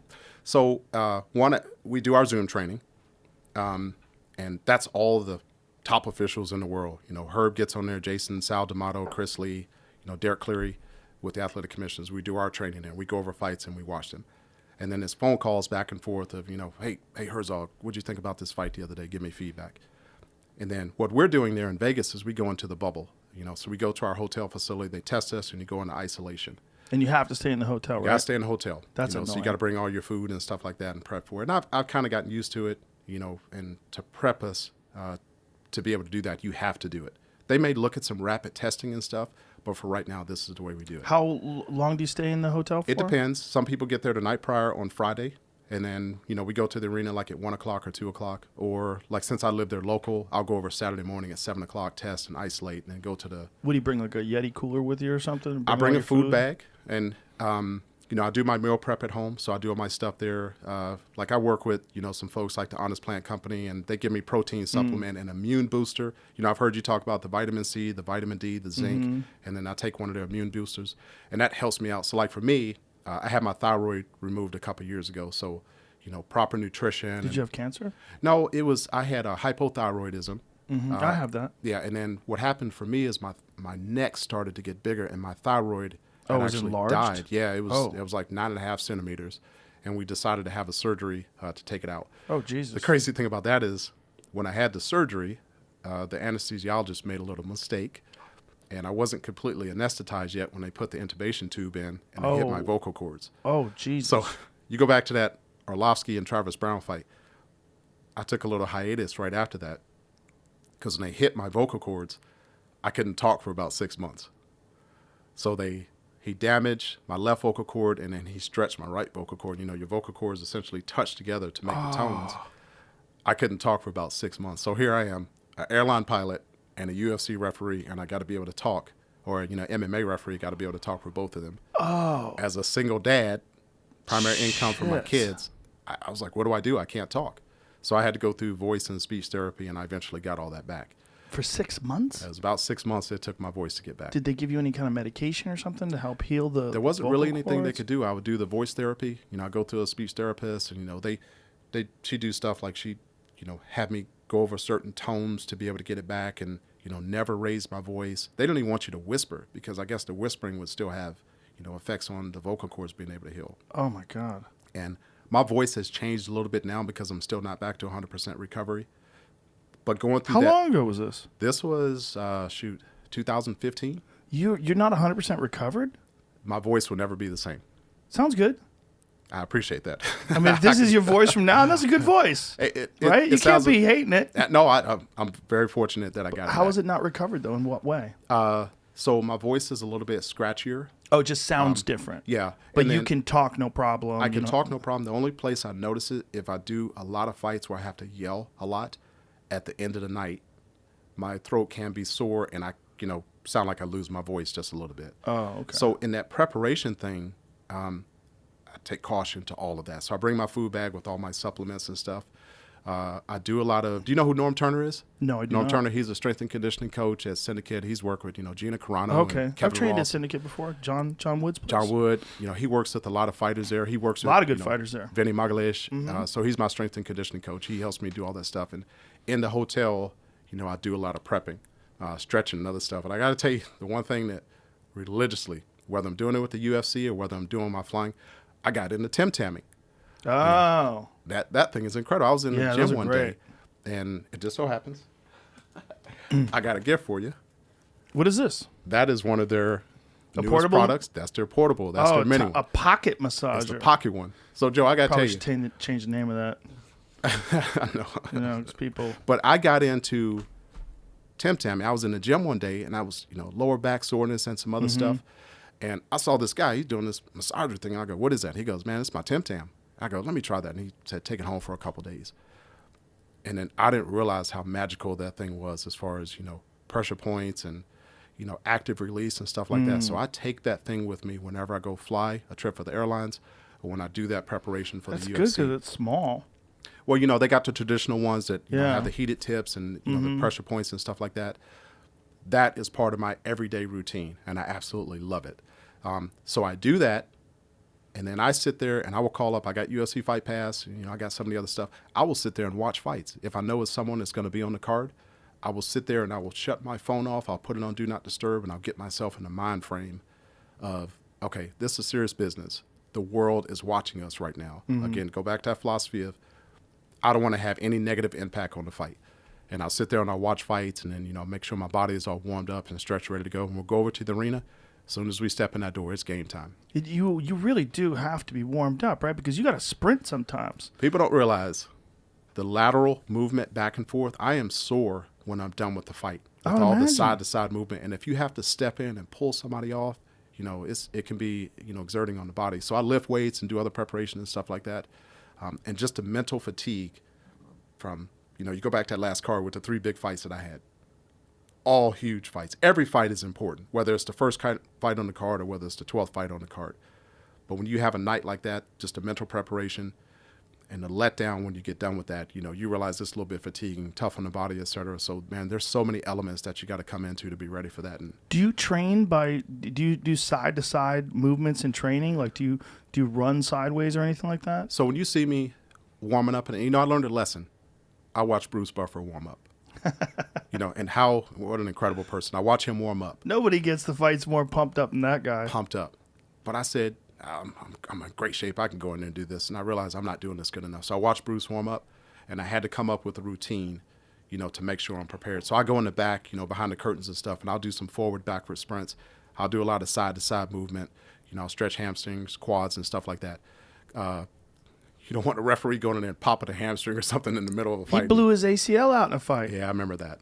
We've Yeah. had some referees that have gotten hurt before during fights, and, it affects the rest of the fight. What do? You call timeout and, you bring in another referee, or what exactly do you do? That's a good question. What we're- do you do? So What do you do if someone accidentally gets KO'd? I saw a referee get punched accidentally in the nose before, and he was, he's leaking from the nose. And he wasn't able to call timeout. So one of us ran up and said, "Stop, timeout." And then the doctor's going to give attention. You got to make determination, is he or she good enough to continue the fight? He put some, Stitch or one of those guys, they do their thing. Cut guy went in there and put some stuff in his nose.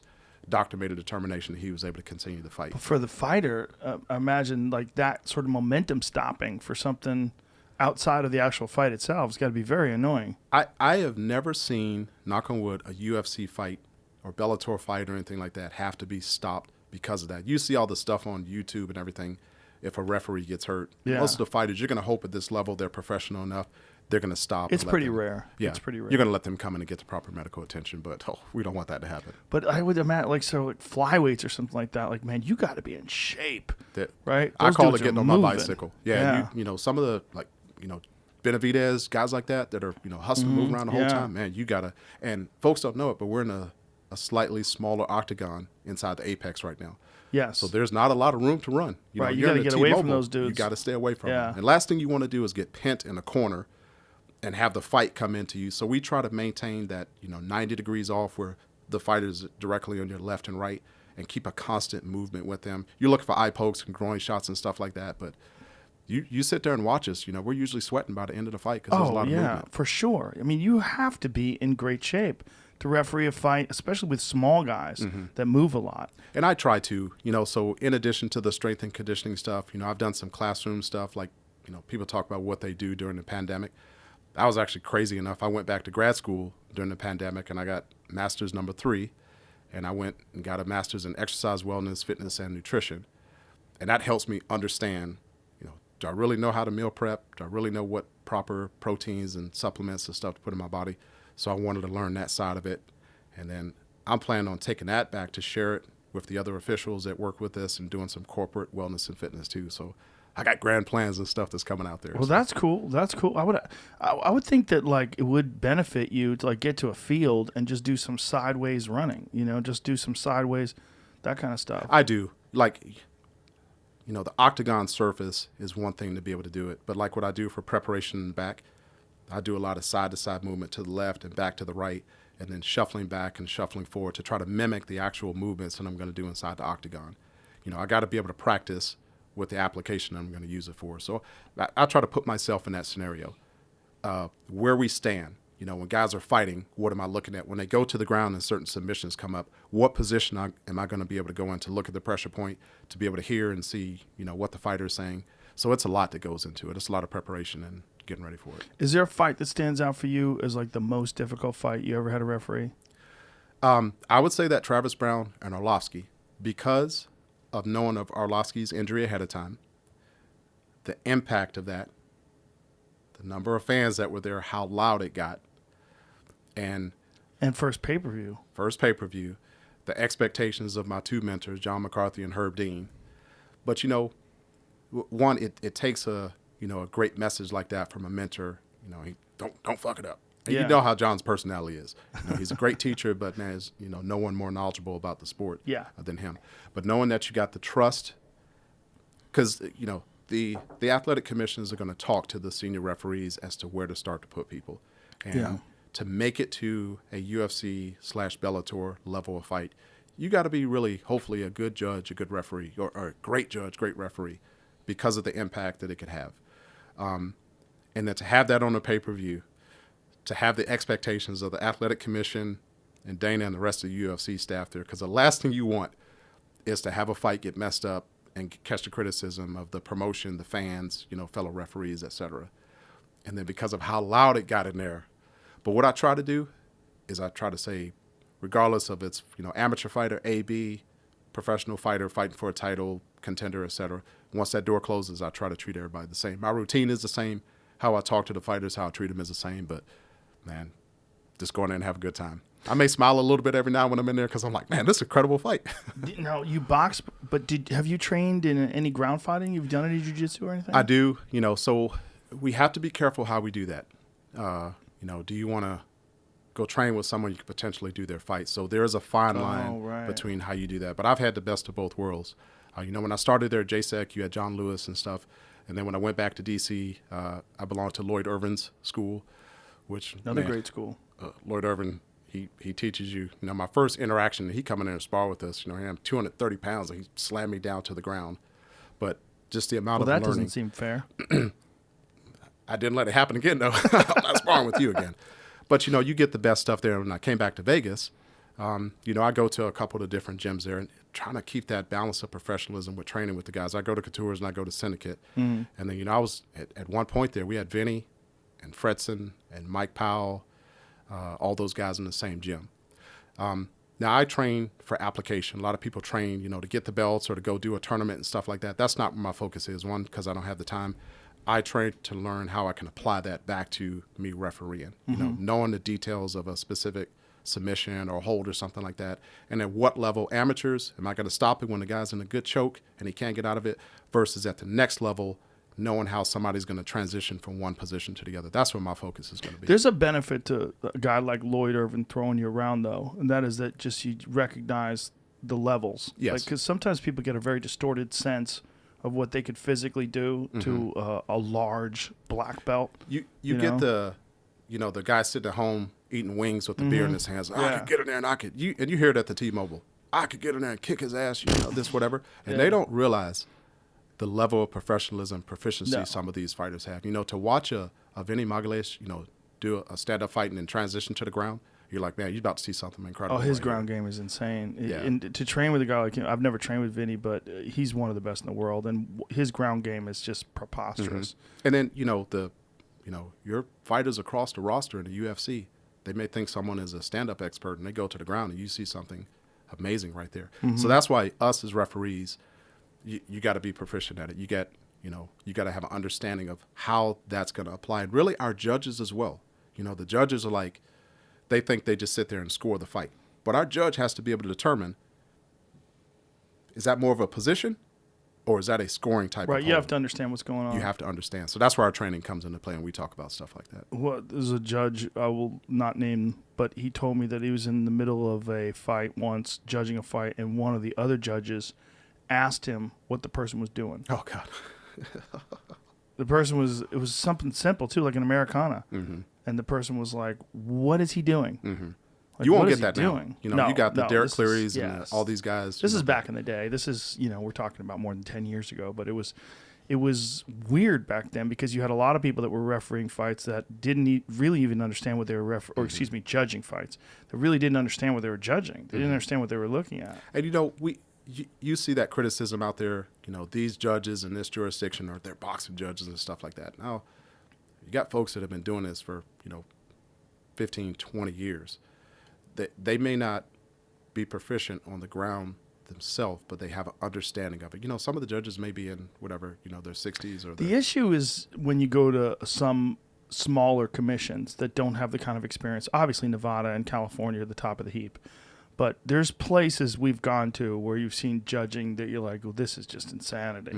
Like this is not a person that really understands what they're talking And about. it's really incumbent upon every referee and judge that wants to get into the game. Like I had somebody call me yesterday, a former fighter at Fortis MMA, great guys down there, incredible team. Great gym. That wants to transition into refereeing, and we talk about how to start it from step one.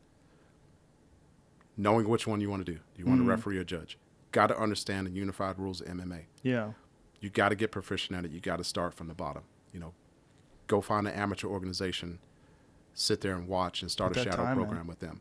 Yeah. And then, so we do that now. Like, I don't know if you knew it or not, but like Jake Ellenberger is making the transition Is he? over to officiating. Frank Trigg did it a couple years ago. Is and Jake going to referee or is he going to judge? I think he's going to look at judging. And, like when we do our training tomorrow, I started a process, with the training with him. So he's going to participate with us from tomorrow. But being a consummate professional, he understands where he has to start. So we need amateur fights to come back. We need to be in a position where we can do amateur fights because that's really where they got to start. No one is ready from day one to step in the seat and do a UFC So fight. that's a thing now with the pandemic that makes it difficult, correct? It's tough because we can't do in-person training. So Right. what I would do before the pandemic is I would go to these gyms, just like how I got started in this. So in Vegas, you got a lot of gyms. I'd go in the Syndicate on a Saturday, or I'd go in the Couture's when they're doing their sparring. And I'd get in there. That's how I keep my proficiency. I'd go in there when they're sparring. You got Ngannou at Couture's. Yikes. He does his, sparring with Big Country. I get in Randy's octagon with him and practice refereeing. I mean, can you imagine that just a Saturday casual sparring? And, well, I guess no casual sparring with those two. You got Yeah. Ngannou and Roy Nelson sparring against each other. I couldn't get any better proficiency than that. No, And I that's treat it pretty just damn like good. a fight. I treat it as a professional. There's no BSing with them on the side because who knows, I could get one of their fights one day. Right. But what I started doing is, you got to get the permission of the commissions. I bring one or two judges in with me while they're doing their rounds for sparring. And I say, go sit as you're an A or B judge. Come out, and I want you to score. It's a little bit different because they're not going at 100%. Of course. Some of the places go at 50%, 75%, but they're still getting hands-on proficiency. When you got two high-level guys like that are doing it, you may see some things that you may not get at a lower level. But it's upon each person. The commission is not going to force you to go do this training. They're not going to make you take Herb's course or John's course, or like I teach as well. They're going to encourage you to do it. And if you want to get the top-level assignments, you want to get these opportunities, you got to show proficiency. You got to be consistent. Like our executive director in Nevada, Bob Bennett and Jeff Mullen, they're going to make the selections for the top referees and judges in the world. They're going to give those opportunities. Yeah, those are great guys, and it's a welcome change from the past administration. Now, when you're talking about fighters that you can't really get close to these guys, huh? You Like, got it's kind of a tricky situation for you. It So is. if you train with these guys and you're friendly with these guys, do you excuse yourself from a fight, or do you just keep it professional with everybody? You try to keep it professional with everybody. That's kind of annoying, though. Like, what if someone's cool and you want to be their friend? It is. And like I will tell you, Mike Powell is one of my I best love friends Mike in the world. Powell. Mike's an awesome guy, and we've been friends for a guy. while. Mike I have a fight. I can pick up the phone afterwards and get honest feedback from him. It's a little bit easier right now that Mike's not fighting, and I can get that kind of feedback. Is he training guys now? What is he doing? Yeah, I think he's out at Syndicate. He's doing some of the movie things, but he's Still rocking the mullet? off and on.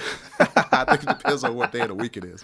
He's such a skillful guy, He is. just such a really intelligent, well-rounded game when he was fighting, like just a Exactly. consummate professional. And for me, so like when I started at JSEC Fight Capital back in the day, he was in there with Randy and Marvin Eastman and all those guys. So, I've taken this transition with him the entire time. It would be really tough for me to go in there and do a Mike Powell fight. So what I do is like two primary commissions, Nevada and California. I'll call them ahead of time and say, hey, Mr. Foster, I've trained with Mike Powell before. I did this kind of training with him. And I'll leave it at that. And that's Right. something that Herb and Big John taught me back in the day. Present it to the commission and tell them and let them make the determination. Yeah, Am I that gonna guy, be in the Andy fight? Foster, is one of my favorites. He's really so ahead of a lot of other commissions. They're so proactive and implementing more weight classes Yes. and weight cutting and a lot of the things that they do. I'm a big fan of. There are a lot of great commissions around the world, but you can't get any better than California and No. Nevada. And No, you for me to can't. have the opportunity to be licensed in both, I'm very fortunate. What do you have any championship fights under your belt? So I've done some. I have not done a UFC title fight yet. I did some in PFL and some of the other organizations. And you know, What'd you call in PFL? Which title fight? I don't remember. I've done like 1,500 fights. I can't Oh tell my you the name of the God, fight that I really? did last time. Yeah, so you lose track of that. And because I try to treat every fight as the same, it's a level of confidence. You know, so the UFC has to have confidence in who they're going to put in the main event. And it's not a matter of we're not confident in Mark Smith, but the household names of, you know, Herb Dean, John McCarthy, Mark Goddard. Well, John's now stepped aside. John stepped aside. So you got Mark Goddard, Dan Mergliotta, those guys. Yeah. Mark Goddard and Herb Dean are going to be the top Jason tier Herzog. guys. Yeah, guys are getting more and more of a name the more big fights that they get. But yeah, those guys get the championship. And it's about fights. proficiency. I think John Morgan and the MMA Junkie guys did the article a couple months ago, and they talked about the numbers of fights of the year for 2020, and I think Herb was at the top, and then like he had 80 some fights, and Jason had 60 fights. I didn't realize I had 57 fights. Wow. And then within those, the confidence in the commission and obviously the promotion of which fights that they give you. So I think Jeff Mullen showed a lot of confidence in me with that last card to Cub Swanson, Kevin Holland, and then the Oliveira, Tony Ferguson fight. That's showing confidence. Yes. And No, it's for about sure. working your way up. Yeah. It's even if it's a title fight and you're like, I've done this 1,000 times before, you got to be mentally prepared for it. There's something to be said about the Blachowicz and Adesanya fight coming up. You got to be mentally and physically prepared for that one. That one you got to be really. That card has 3 really title ready. fights on it. Yeah, that's a crazy. Is that going to be on Fight Island? No, I think the next like 8 to 10 weeks are projected to be in Vegas. Oh, Jesus Louises. Yeah, so that fight, you got those two. You got Amanda Nunes fighting, and then you got the I think the 135 guys. That's March, correct? Yeah. March what? Do we know? I don't remember the exact date. I usually look at the UFC fight or Share Dog or one of those and Stylebenders, he's special. March 6th. Stylebender he's something. When you see how he picked apart Paulo Costa, you're like, that's a special athlete because Paulo Costa literally had wrecked everyone they put in front of him. Yeah, I did Paulo's fight against Uriah Hall, and had 2 great fighters. That came down to that last round where he caught him with the body shot and hurt him. Yeah. But and folks don't understand. I'm 6'1", I walk around like 220. You get in there with these giants, and even if these guys weigh less than me, just They weigh less than you for about 5 minutes. when Paulo they Costa, hydrate back up. he makes 185 by the skin of his teeth. Yeah. This is the big one, baby. This is the big one. Yeah. My God, I'm excited about this fight. That's gonna be a great fight. That whole card, and kudos to the Sean Shelby and the matchmakers over at UFC. This entire season, there have been some great fights the entire time. I mean, look at that. Aljo versus Piotr Jan is a crazy fight. That's going to be wild. That is a wild fight right there. Amanda Nunes is in a tough position, right? Because she's a 2-division champion. And there's not much competition for her at 145. And, Megan Anderson is long and tall, and she's got very good strikes. But, Holly Holm kind of exposed her on the ground. I'm sure she's gotten much better than that. But there's no, compelling, this is the fight for her. She's just so terrifying. And so dominant. I'm excited that, we took a little break. I think December 19th was our last fight there in Vegas, and then we had the holidays, and then they did the 3 fights over Fight Island. But now they're coming back, man. So oh, my God, yeah. 10 weeks coming up. And that's, in addition to doing the Tuesday night fights, and then we're going to do the Ultimate Fighter again. So well, there's so many UFC cards. Yeah. If you're a UFC exciting. fan, it is the best sport to follow. Because first of all, there's no season. It goes all year round. Oh, my goodness, Woodley. Oh, Usman and Burns is the fight. That is the fight right there. And I'm excited. I'm excited to see. These guys train together. Yeah. So they're both training down in South Florida under Henry Hooft, and now Usman has moved to Trevor Whitman, and he's training with Justin Gaethje. Yep. You look at the number of top tier fights that we got coming up. I think they said a number of champions that we have, like 70% of them are going to be in title fights coming up in the next couple of months. So yeah, and both guys dominated Tyron Woodley, which is crazy to think about. That Tyron Woodley was literally at the top of the heap, destroying everybody, and then 2 guys come along and dominate him back to back, and those 2 guys are now fighting for the title, and both guys can do everything. I mean, both Usman and when you look at Gilbert Burns, you're talking about a guy who's a Brazilian Jiu-Jitsu black belt like top of the food chain grappling game, and all like learned how to strike while he was fighting. Yeah.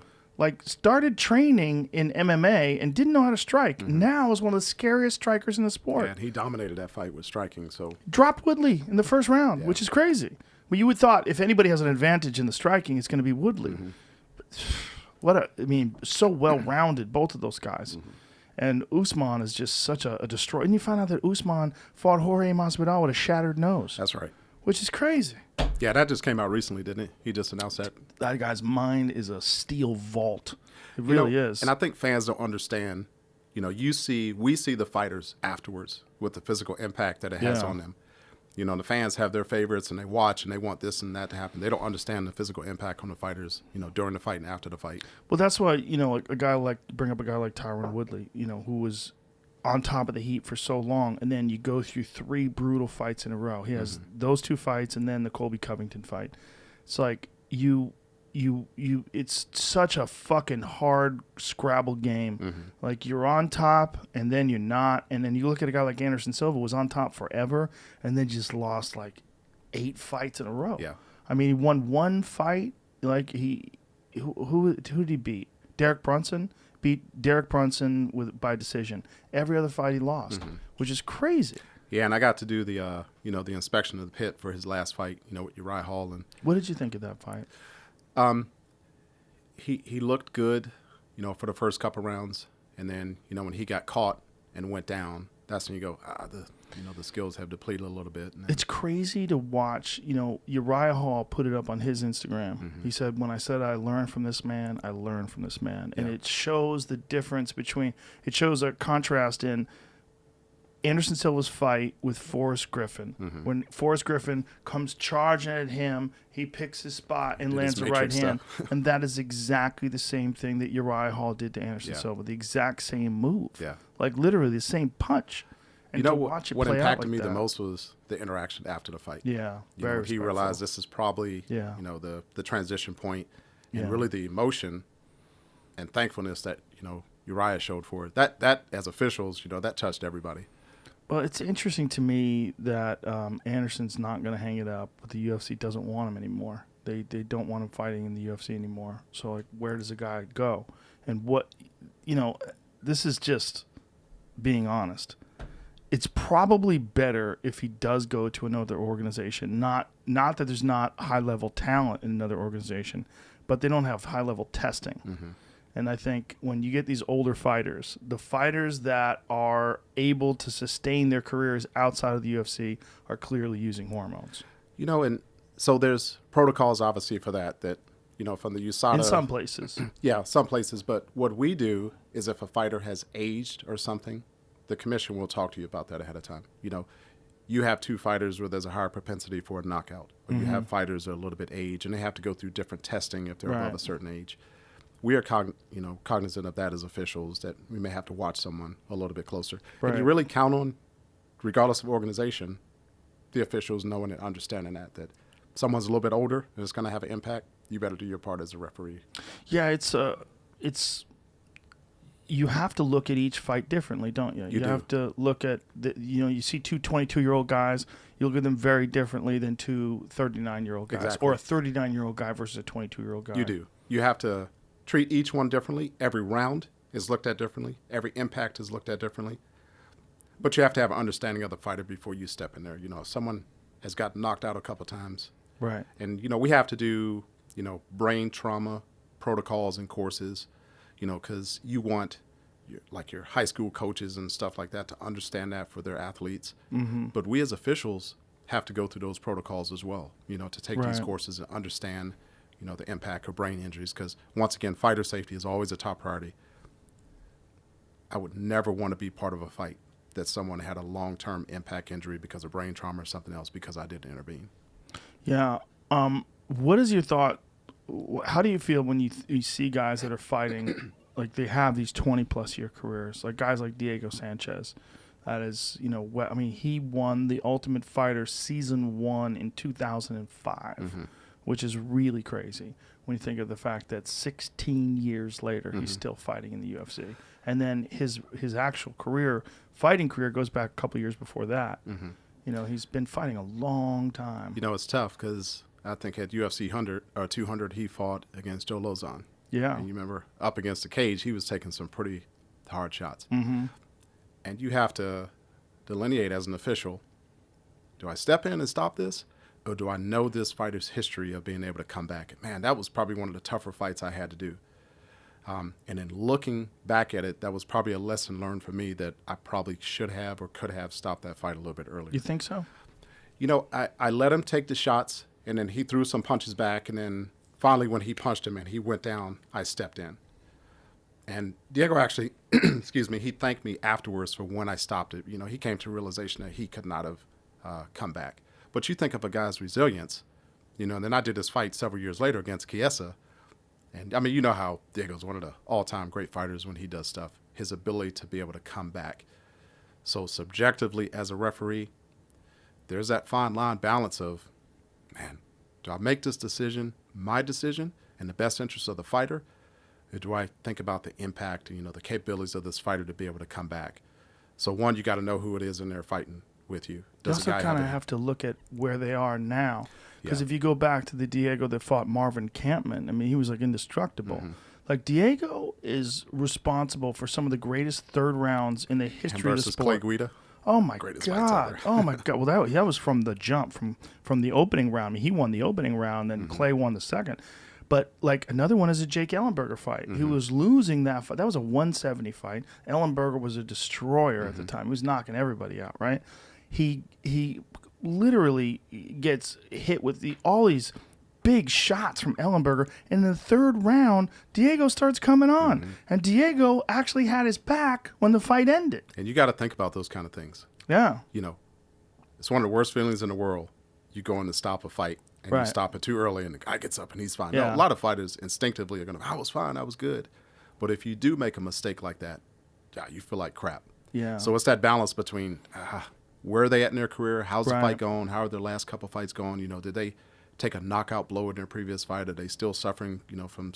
You really kind of have to be a historian of the sport. You have got to really- study it. Yeah. You can't step in the fight and not do your pre-fight study and look at the fighters that are on the card. Now, Yeah. you can't know anything, you know, every single thing about all the fighters, but it's your responsibility as an official to know as much as you can. Yeah, to know what a guy's capable of, whether or not a guy's a big shot lander or whether he's not. Yeah, it's such a complex sport. You know, there's so many different things going on because of when you're combining the wrestling and the jiu-jitsu and the striking, and then powerful guys versus endurance guys. And I mean, even like I get in my head like, oh, this is the way to do it, and then I see another guy who does it differently. I'm like, well, that way's pretty goddamn good too. Like it changes. Like there's trends that happen in this sport. Like some guys are just big time power shot guys, and then other guys, they hit you with like 50-60%. Guys like Colby Covington or guys like Nick Diaz, they don't really throw 100% shots. They just pepper you quantity, yeah. and stay on you. Guys like Neil Magny, they just stay on you and overwhelm you with volume. You know, one thing I try to do, and it's completely different worlds, but I try to treat it just like I did, you know, as a fighter pilot. And if you're in a dogfight against someone, you know, knowing possibly what could happen here, think about the predictions. So if I'm fighting against a certain type of plane, know what their capabilities are. I got a certain type of fighter here, knowing what their capabilities are. Is this fighter going to be more apt to want to go to the ground than going to throw a power shot? And doing your study of what the fighter traditionally does. You know, some people go back to their bread and butter regardless of what's going on. The guy's going to want to fall down and, you know, pull guard or something like that, or he's going to go up against the cage and do this. But just going with the flow of the fight. As we move with the fighters, look and see what's happening. And, you know, if it's time to stop the fight, it's our responsibility to step in and stop it. Now, when you train, if you're training jiu-jitsu or what have you, are you training just to get better as a referee, or do you actually enjoy it? I do enjoy it. I would say my foundation is more in stand-up, like with, you know, so one of my best friends in the world is Chaz Mulkey, you know, one of the great Muay Thai fighters in the world. So that's probably where the basis is. So I do twofold. One, you got to be in a Do position. you train Muay Thai? Oh, yeah. Yeah, that's where my Okay. foundation was. I started with Marvin Eastman. And then Oh, as no I- kidding. Yeah, as I Okay. moved up a little bit more, you know, started training with Chaz and, you know, a couple other folks in town. So I would say that would be more of my foundation.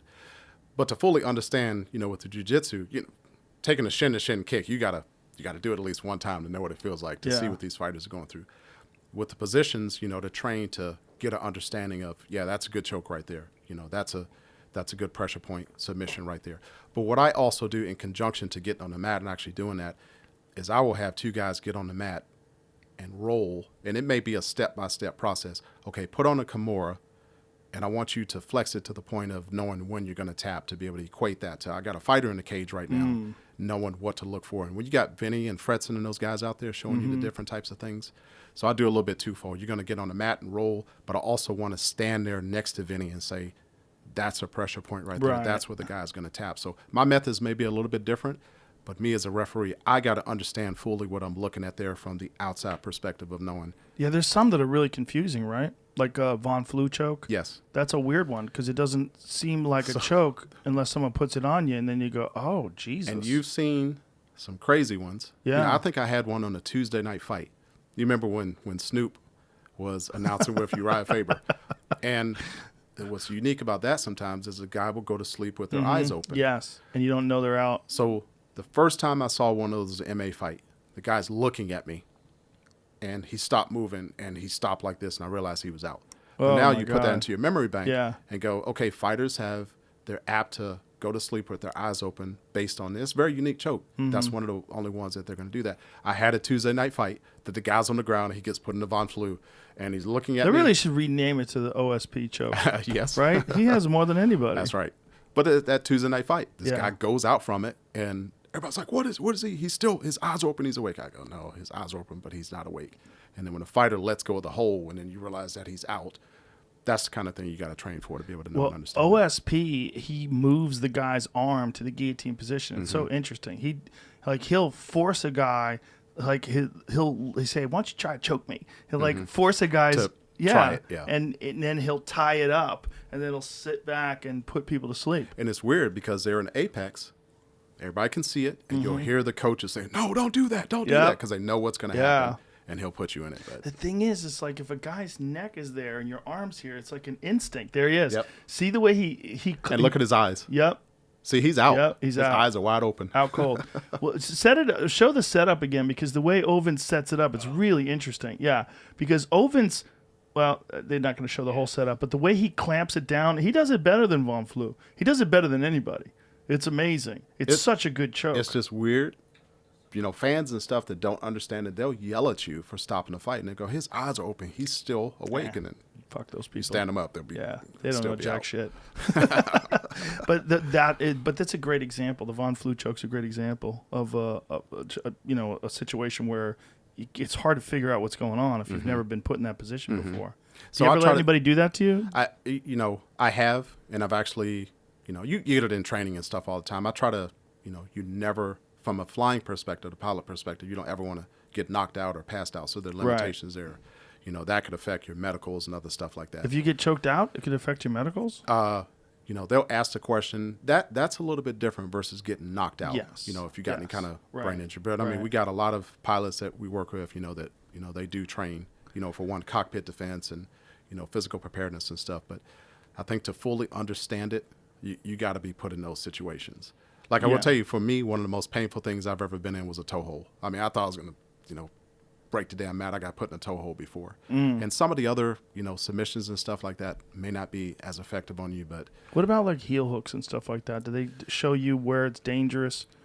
yeah, I try to get into the fine details of what can potentially break or dislocate or separate, what's going to be the pressure point, and it's a multi-process. You got to look at that to see how deep it's in, Right. But you also got to be able to look at the fighter to see how much agony they're in and be able to hear. Yeah. Somebody goes, they scream. You got to stop the fight. So you have to, even if they're in pain, they want to keep going. You have to stop the fight. It depends on what they do. A grunt versus a scream, and I tell them in the But back, if they scream and they're trying to get out, if you scream, it's a verbal submission. God, that's so weird because a lot of guys just want to scream because it hurts, but they still want to keep fighting. And I'll explain to them in the back. There's a difference between a grunt to get out of something and a scream. If I make determination, I say, please don't put me in that position. Wasn't there a fight recently where someone did make a scream and they said it wasn't a verbal submission? I thought it was one of the PFL or Bellator guys that something did that. like I think it was a Bellator fight, yeah, if I one of those remember guys. correctly. He screamed at. I think it was a knee bar or something, and he screamed out of it, and the referee stopped it. And he yelled. And he's like, "No, you verbally submitted." People do that though, right? What's your opinion on the low calf kick? It is becoming prevalent. You know, there's certain camps that everybody, Isn't it crazy? they don't see, people don't realize the physical impact of it. When you get hit with that thing a couple times and it starts to swell, and because of where it is, that swelling, you know, the blood doesn't have room to expand. Like maybe if it's the quad or something like that, it can expand out a little bit more. But in the calf, you know, with the stricter limitation there, that swelling and the blood compact is going to stay there in that area. And if you don't learn how to properly check, you get hit with that thing a couple times. Let me ask you this, though, as a Muay Thai practitioner, because I haven't really gotten a good answer. Why isn't that prevalent in Muay Thai? Well, Isn't it interesting? Like, that's not very common in Muay Thai, that guys get stopped with low calf kicks. don't But you think it's because of the capability to check? I would imagine so. You But think about the fights where the kicker has gotten hurt. You know, Anderson Silva fight. You know, Yes. was the Corey, whatever his last name, when he broke his leg on that one. yeah, Corey Hill. You got people that are proficient in checking. Like, Mm-hmm. you know, what Chris Weidman did against Anderson Silva Yeah. was a simple turn of the leg, and he tried to catch it, you know, Mm-hmm. right on the top. Yeah. And if you do that shin to shin, it could hurt the kicker more often than the person that is Yeah. getting kicked. So if there's proficiency in defending against it, guys are going to be apt to not do that. Yeah, but it seems to me that, like, guys are trying to check them, but maybe it's in MMA, the stance is different. I was going to say the stance. If it's a wider type of stance Mm-hmm. where that front leg is open to it, Right. and you could tell people, with the fight that happened, with Conor and Dustin, that camp is practicing that a lot. Oh, my God. And we Yeah. as referees look at what people may be more apt to do during the fight. But also specifically in that fight, because Connor has that wide stance and he puts a lot of heavy weight on that front leg, and they're also southpaw to southpaw, so it opens up that back opens it up. left leg kick to that front leg of Connor's. And we can tell that if somebody gets kicked like there a couple times and then they change their stance, that's going to alert us on what we got to start to look for. And if I think someone's hurt from that, we may not interact with them, but I'll bring the doctor in a couple times, and the doctor will sit there and they'll watch them stand up and they'll look at it. If it gets to the point, like the who was it? What's the kid's name? Sean. Sugar. It's Sugar Time, baby. Sean O'Malley. O'Malley. Yeah. You remember when he fought that kid and he hurt his foot or Yes. his knee? If he could not, his opponent's mistake was he went down to the ground with him. If he stepped back and Sean couldn't step back up to get into a fighter stance, I would have had to stop that fight. So I don't know if you could hear, but the corner was yelling at him. And you refereed that fight, I right? refereed that Yeah, fight. Marlon Vera put him out, right? He put him out with an elbow. No, I don't think it was a Marlon Vera fight. This was Wasn't it Cheeto Vera? no. This was a couple years back. Oh, so that was the different second fight. time he hurt his foot. Remember, this was when we were over at the MGM or T-Mobile that he hurt his foot, and he went down to the ground. Oh, that's right. And he won the fight. He won the fight. He won the fight. Yeah, it's That's that one. right. And So- I interviewed him when he was down. That's right. Yeah. So remember, he got hurt. He threw a high kick and it hurt his foot, and he went down to the ground. Yes. If he had not been able to stand back up and maintain a standing fighter posture, I would have had to stop that fight. Right. So his opponent went down to the ground with him, and his corner is yelling, "Let him back up, let him." And he never did, and he stayed on the ground. He was able to finish the fight. Well, that happened in Bellator. In Bellator, Michael Chandler got hit with a low leg kick, Mm-hmm. and he got hit with that calf kick, and his foot went numb. Oh, yeah, I Sometimes that remember does that. happen, and his foot just gave out. And when his foot gave out, they stopped the fight. Yeah, and who was it? Jamie Varner had the same thing happen Yes. in a UFC fight years ago. Yes. So we as referees had the discussion and the debate. What does a fighter have to be able to demonstrate to continue to fight? Yeah. And it's, their down posture and their standing posture. But a guy has to be able to start or continue to fight up in the standing posture. Right. So if your ankle keeps giving out and you fall down, we have to step in and stop the fight. Well, it's interesting enough, Dustin Poirier was in that same situation with Jim Miller. Jim Miller had his leg destroyed, but Dustin got the fight to the ground. Like, Jim was like one kick away from ending the fight. And yeah, you Dustin's leg get was on the just ground and trashed. keep it there. You Yeah. can continue. Yes, and that's what he did. But if there's a stand up and he can't stand up, then you got to step in and stop the It fight. is just bananas to me how that one technique has dominated the sport over the last several years. Sometimes a technique comes around and a lot of fighters start doing it, but it's very rare that a technique that's been around forever, just they change the location of the impact. And by the way, Benson Henderson was doing that way back in the day. Yeah. And for whatever reason, it didn't have the same impact. And you have people that don't know how to defend it. Because Yeah. some people simply think lifting your leg, No. but you're still catching that Right. You impact. got to turn it. You got to turn it into out. Yeah. It's just weird that it's not working with MMA fighters, but with Muay Thai, it's not a factor. It's not a factor because with Muay Thai fights, like a lot of fights get stopped because of leg kicks. You know, like Liam Harrison, how many fights does that guy have stopped from leg kicks? A lot. You know, he's got like highlights all over his Instagram of him stopping guys just chopping at their legs. And if someone's proficient, they chop that enough. One, a guy's going to probably change their stance. Yeah. Which is going to have impact. You know, if you fight traditional and you now have to switch to southpaw, your whole game plan may be gone out the window. Yeah. Well, Liam is very good at hiding. And he doesn't have his kick comes out so quick. Like he doesn't have like a pivot, a step. It's not like there's no telegraph. It's just he's in the mid and he's showing you hands and he just chops with the legs before you even know it. But not targeting the calf. It's interesting because he can land that shot to the thigh like that. It just seems to me that he should be able to land it to the calf. And other Muay Thai fighters should be able to as well, but they're just not doing it that way. Does this make sense? I'm reading it's because the Muay Thai stance, your front leg is usually off the ground, so like weight bearing. This is an argument I'm reading online. It's a decent argument. It's a decent argument. The problem is that argument applies to the thigh kick as well. Yeah. But thigh kicks in Muay Thai are of course, one of the most prevalent techniques. It's just such a devastating technique. It really is a devastating technique. When that shin slams into that calf, you got a few of those.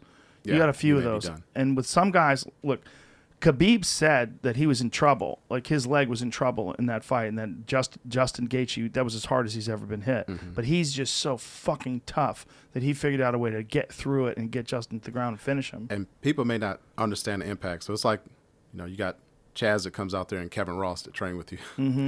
If they see you not checking it right, they may target it a couple times. And Yes. You realize, I'm tough. I'm tough through it. And then you realize after the second or third, we're like, uh-oh, that was a mistake. There's no toughing through that calf kick, man, especially not the way Dustin was showing it to Conor. And he took he threw two of them, and that changed the whole impact of the fight. Yeah, it really did. Well, because you could see Conor was moving funny. Like, even though he's trying to pretend everything's fine, when he would get hit, you would see that little... Because the pain is just... It's a weird pain. It's nerve pain. There's not enough muscle there to absorb it. And we have to recognize that. Yeah. You know, if we see a fighter changing their traditional game plan because of an impact or injury, now that changes. So, you know, I may stand about 7 to 10 feet away from a fighter. Right. If I see that somebody's hurt like that, I may move a little bit closer so I can get a better feel, look at their face and, see what kind of impact. Or if he changes his stance, now I know we could be stepping down the ground to a stoppage of this fight. So as a referee, you got to build all that stuff into it. You got to understand what the guy just threw, the impact, that calf kick, impact that it could have on it. And honestly, go back to that fighter safety again. If the guy doesn't know better and he keeps taking all those shots, it's our responsibility to help him out. What do you do if you think a guy's got a broken hand? So I won't make a medical assessment. I'll make an observation. I'll look and see if he or she is stopping to throw it. And then what I'll do, we got the best doctors in the world in Nevada and California. And I try to never take away time from, if it's during the round, there's no injury timeout. But how do you decide what to do? Like, say if a guy like Tony Ferguson, who his hand could be broken in a million different places, is not even going to let you know. He'll still keep swinging it. Like, how do you know? Like, if you notice that someone did something like that, they pulled their hand back or shook it, like, how do you make that distinction? I'll look at whether they're continuing to throw it, and you got to look at, the look on their face or if they make any sounds after they throw it. And it's really my responsibility. In between the round, I'm going to give the coach their full minute. I'll let the timekeepers know I'm going to call timeout, and I'll bring a doctor in. And But if it's broken, do you stop the fight or do you allow them to keep swinging? It depends on the severity of it, because you got guys that may be hurt. They're going to continue fighting. Yeah. They'll just change their game plan. But if the doctor makes a determination, for the long-term longevity, their health, et cetera, you'll see the doctor and I walk off to the side and, we'll cover the microphone up to, you still can hear what we're saying, but, we want to be able to have a discreet conversation right there. In our jurisdiction, in Nevada, it's up to the referee to make the decision with the consultation of the doctor. In other places, California, et cetera, the doctor can stop fights. But we work together as a team. So if the doctor says, Mark, his hand is messed up, we need to stop this fight. I'll go back, we'll make a decision, and we'll pass it, under the advice of the, medical staff, Nevada State Athletic Commission, or whatever commission, referee such and such is going to stop this I know fight. corners have stopped fights before because of broken hands, but I can't remember a time that a referee stopped a fight for a broken hand. I have only stopped fights if I see like compound fractures, bones and stuff sticking out. Something sticking But if out. I Have you think seen somebody, that? yeah, which we've had, at the amateur Tough Enough where you get some of the best competition. We've had fighters that have had, leg breaks and bones coming out and, other stuff like that. We've had fighters get teeth knocked out and, if a fighter says tooth came out, they swallowed a tooth or something like that, that's an automatic stoppage, stuff like that. I've seen some crazy stuff. We had, fighters that have gotten knocked out and, defecated on themselves or peed on themselves or something. And, that causes bigger problems. Now you got to sanitize the ring and stuff like that. But, how can you sanitize poop once it's there? You call it a night and wait for the next show to come up. Yeah, it seems like if that's in the early fights, you got a real problem. Some diarrhea's all over the octagon. We've seen it before, though. You haven't? Try to do what you can. But we haven't seen it in the UFC. Well, Tim Sylvia shit his pants once in the middle of a fight. But I think he didn't get knocked out. He just had diarrhea. I think there was a female fighter that had some. Yeah, there was an issue, right? Yeah. Michael Chiesa almost shit himself. He was in the middle of. He came up to me at cage side. He goes, "Dude, I'm about to shit myself." Oh, God. I go, "No," and he's like, "Yeah." And this is before he fought, and he was fine. He kept it together, but he's like, "Dude, I am about to shit myself." So, out of respect for the fighter, Yeah, we had a UFC fight during this season that somebody probably used the bathroom on themselves. Oh, okay. Well, unfortunately, I'd say don't wear white shorts inside the cage because that's right. Show. When you've had this incredible military career and been a fighter jet pilot, and I would imagine that the thrills and the physical demands of that, it's probably pretty hard to top. So I've been very lucky with getting to do some great things. So first I attribute it back to my parents, Norris and Shirley Smith, who, an older brother, Norris, who... Don't you have like 3 masters too? I graduated from the Air Force Academy. So I got everybody from the Air Force Academy gets a Bachelor of Science because of the amount of math, science, and engineering that you do. So I did political science there, but I focused on legal studies and pre-law. And I got a master's in computer systems management. I got a master's in international security and strategic studies, which is like State Department stuff. And then this last one with, health and wellness, nutrition, physiology, et cetera. And you fly for Southwest. That's outrageous. I fly for a airline in Dallas that I believe it might be Southwest. That's what I heard.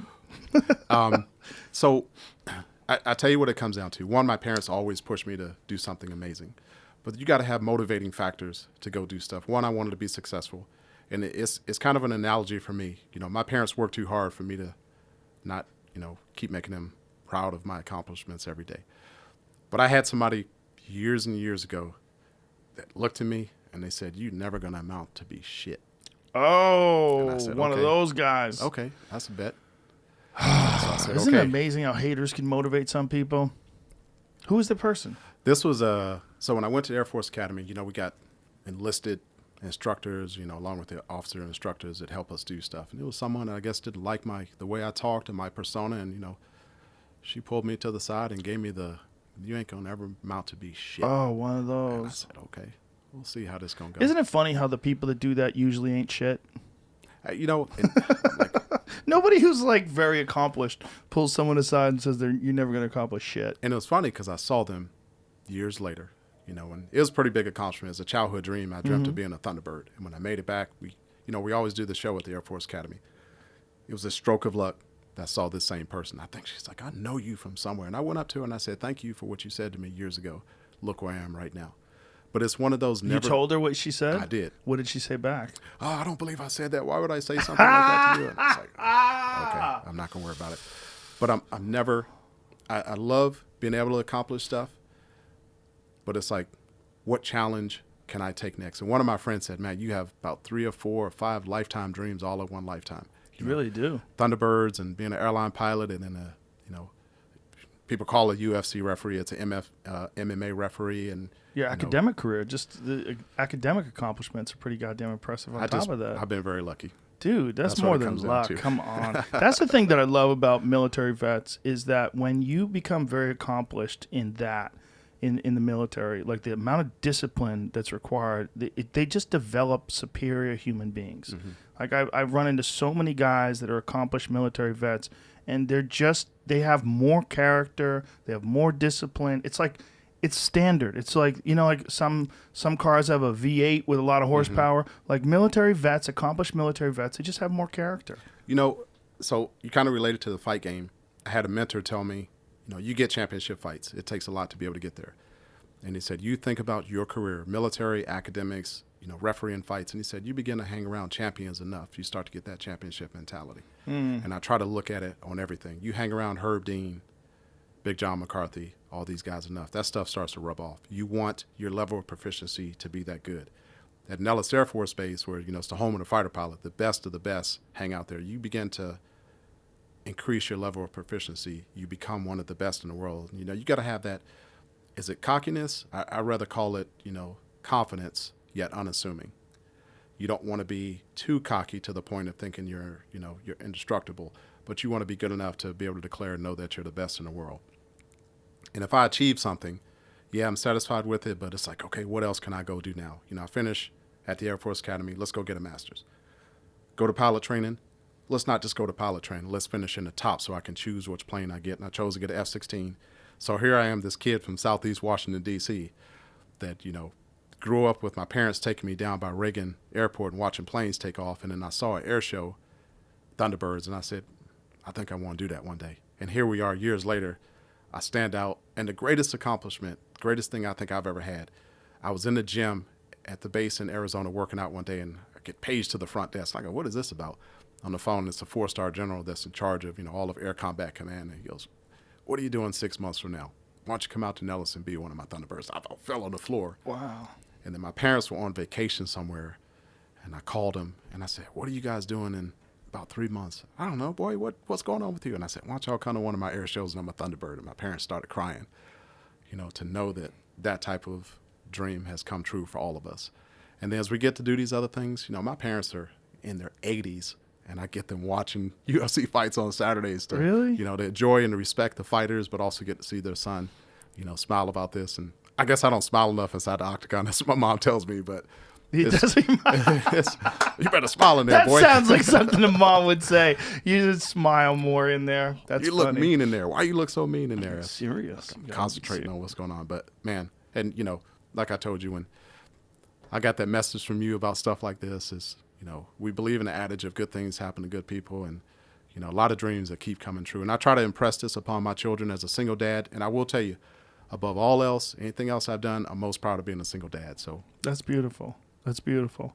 You should be proud of a lot of things that you've done, man. You've accomplished a lot. I'm trying. Keep doing some good things. Yeah, no, you certainly have. Now, tell me to be a Thunderbird, when they have those crazy air shows, I mean, there's so much danger and so much coordination between all the jets. Like, how long does it take to prepare for one of those shows? So, the training season is about 5 to 6 months. Pull up a video of one of them Thunderbird air shows because they're so crazy. So they give me anxiety. I was on the team probably during one of the most unfortunate. If you look at the Thunderbird ejection at Mountain Home. Look at that, you're barely touching. Yeah, so I think if you do like Thunderbird ejection at Mountain Home in 2003, and everyone has seen, this video. This is one of my teammates. So I was in the Diamond. Yeah, that's it right there. I was in the Diamond, which is the 4 planes that stay together. We had just taken off, and we go behind the show line and come back around. The two solos do their takeoff. You're using an ad blocker.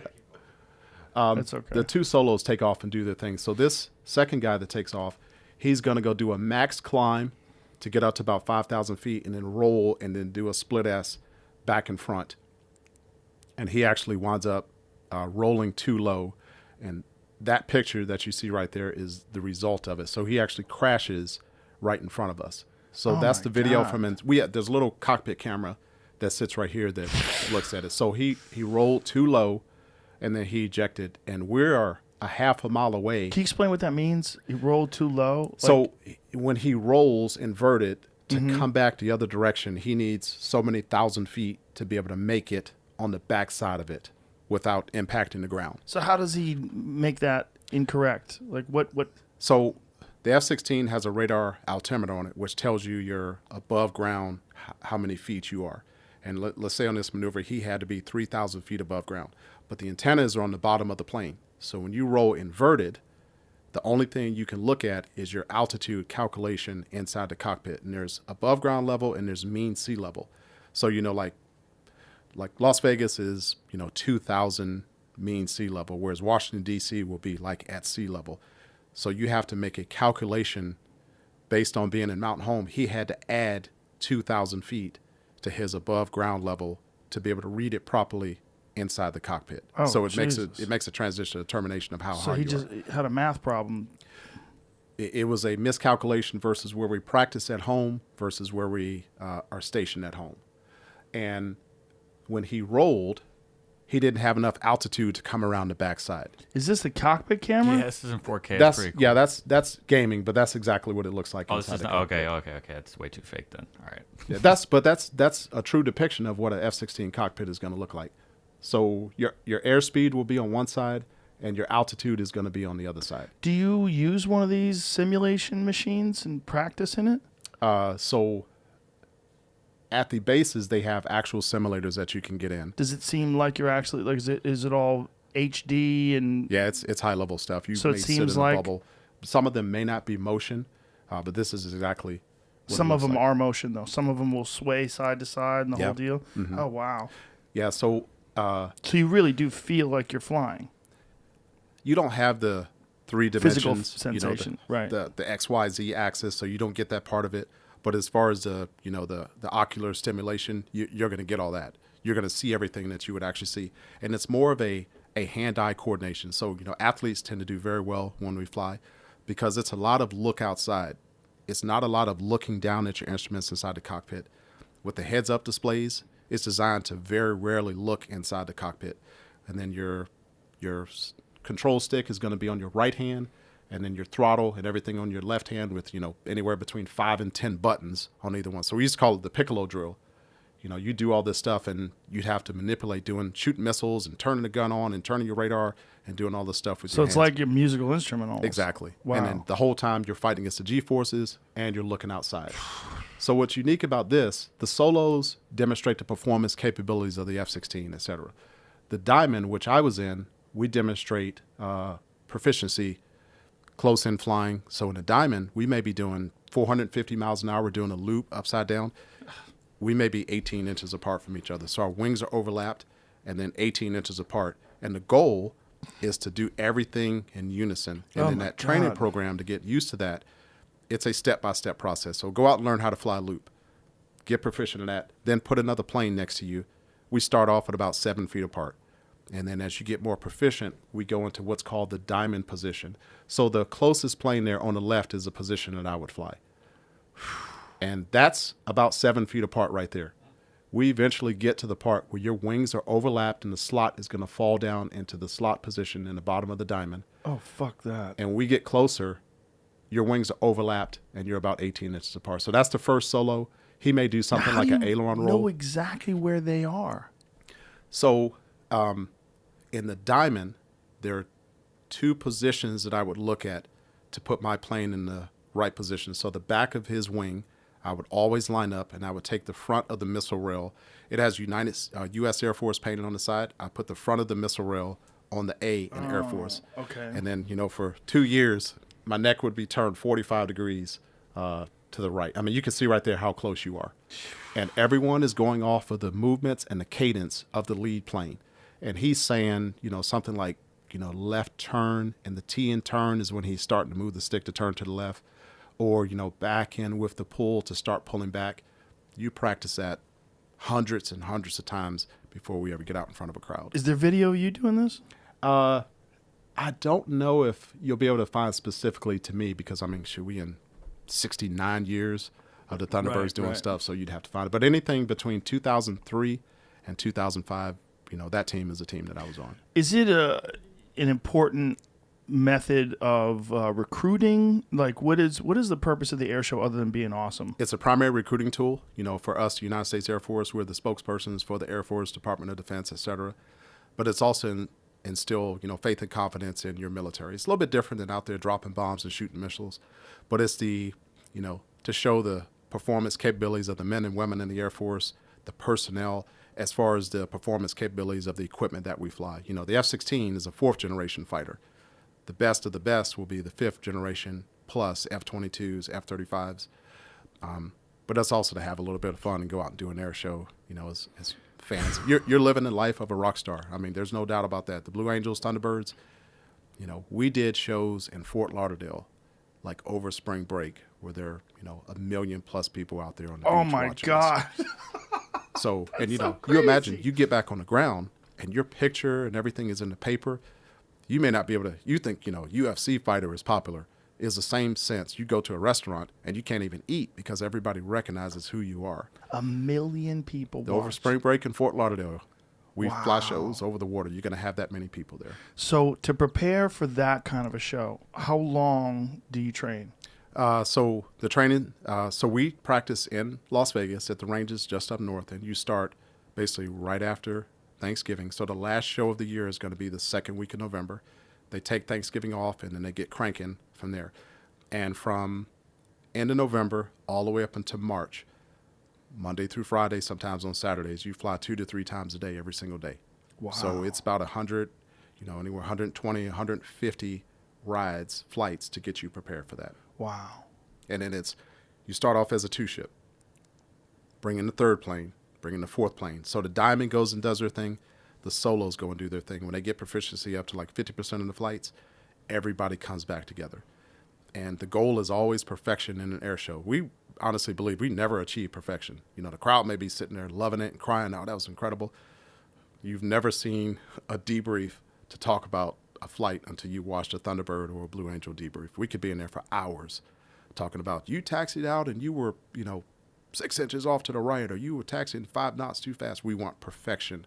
You know, the way we salute, the way your uniform look. You can't be fat, dumpy, and sloppy in your Thunderbird uniform. It was that goal of perfection. Because, you know, you as an American citizen want to have faith and confidence in your military. And that's one of the greatest tools that we can have to be able to demonstrate that. You know, it's fun for people to go to air shows. We want to recruit. We want to have that next generation come in and follow in our footsteps. You know, it's all voluntary force, so we got to get people to join. But we also want you to have a little bit of fun and, you know, see something amazing when you come to an air show. When there's a disaster like the Mountain Home crash or some other crashes, like what is that like? Like is there a complete revamping of how things are done? Like how much, what happens? So the first thing is, you know, we hope there's video to it out there and audio sometimes. You know, the first question that came out was, did he get out of the jet? And that's what scares everybody. right. You know, our hearts sank. And you can't see it at first because there's so much smoke and the engine goes flying, you know, down the side of the runway. But we would practice for stuff like that in off season. We say, if you ever eject out of the plane, we wear red show suits so everybody can see you. Physically capable, if you can, stand up, wave to the audience, and then take care of yourself. And that's exactly what he did. Is there a way you can move? Like the horrible thing would be if the plane crashed and then they parachuted down into the fires. Can they maneuver the parachute in any way? You have drawstrings on it, but so when he ejected there, so when you watch the video inside the cockpit, he's going down like this, and he has his hand on the right stick, and you could see his left hand move 3 times. He's thinking about ejecting. Had he ejected first time, he would have gone right into the fireball. Oh. Second time, he's starting to flat plate the plane a little bit. He still would have gone to the fireball. So he waited to the perfect time. He's actually below the ejection envelope. It's a 0-0 seat, meaning sitting on the ground, no airspeed. I can eject out of it, and it's going to give me a parachute. He steps on the rudder, which turns the nose of the plane about 10 degrees to the left, because he's over the runway. When he ejects, the drogue chute comes out, which slows him down, and he separates from the seat, but he does not get a full parachute. So you go, how does somebody survive without getting a full parachute? Well, the drogue chute pulls him out enough. Is this him Yeah, doing so it? you can see his hand move right there. He's Yeah. actually reaching for the ejection handle, and there he ejects. And you see him, and that's the camera turns off when he ejects. Wow. But because he stepped on the rudder He's and so moved a little bit close. to the left, he actually misses the runway when he hits the ground. He lands on the side where it had rained, you know, a day or so before, and he lands in some soft dirt right there, and that kind of is what saves him.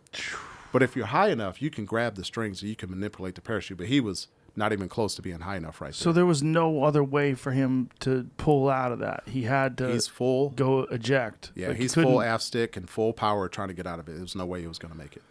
He would have missed it. I think they did the calculation. He missed it by 900 feet, 1,000 feet. Oh, my God. And they roll out at the bottom. They're at, the solos are low. They're, 150 feet above the ground when they finish Is the this it maneuver. right here? Oh, I'm scared to watch this, even though I know he's okay. Oh, wow. He's like right before the ground. Yeah.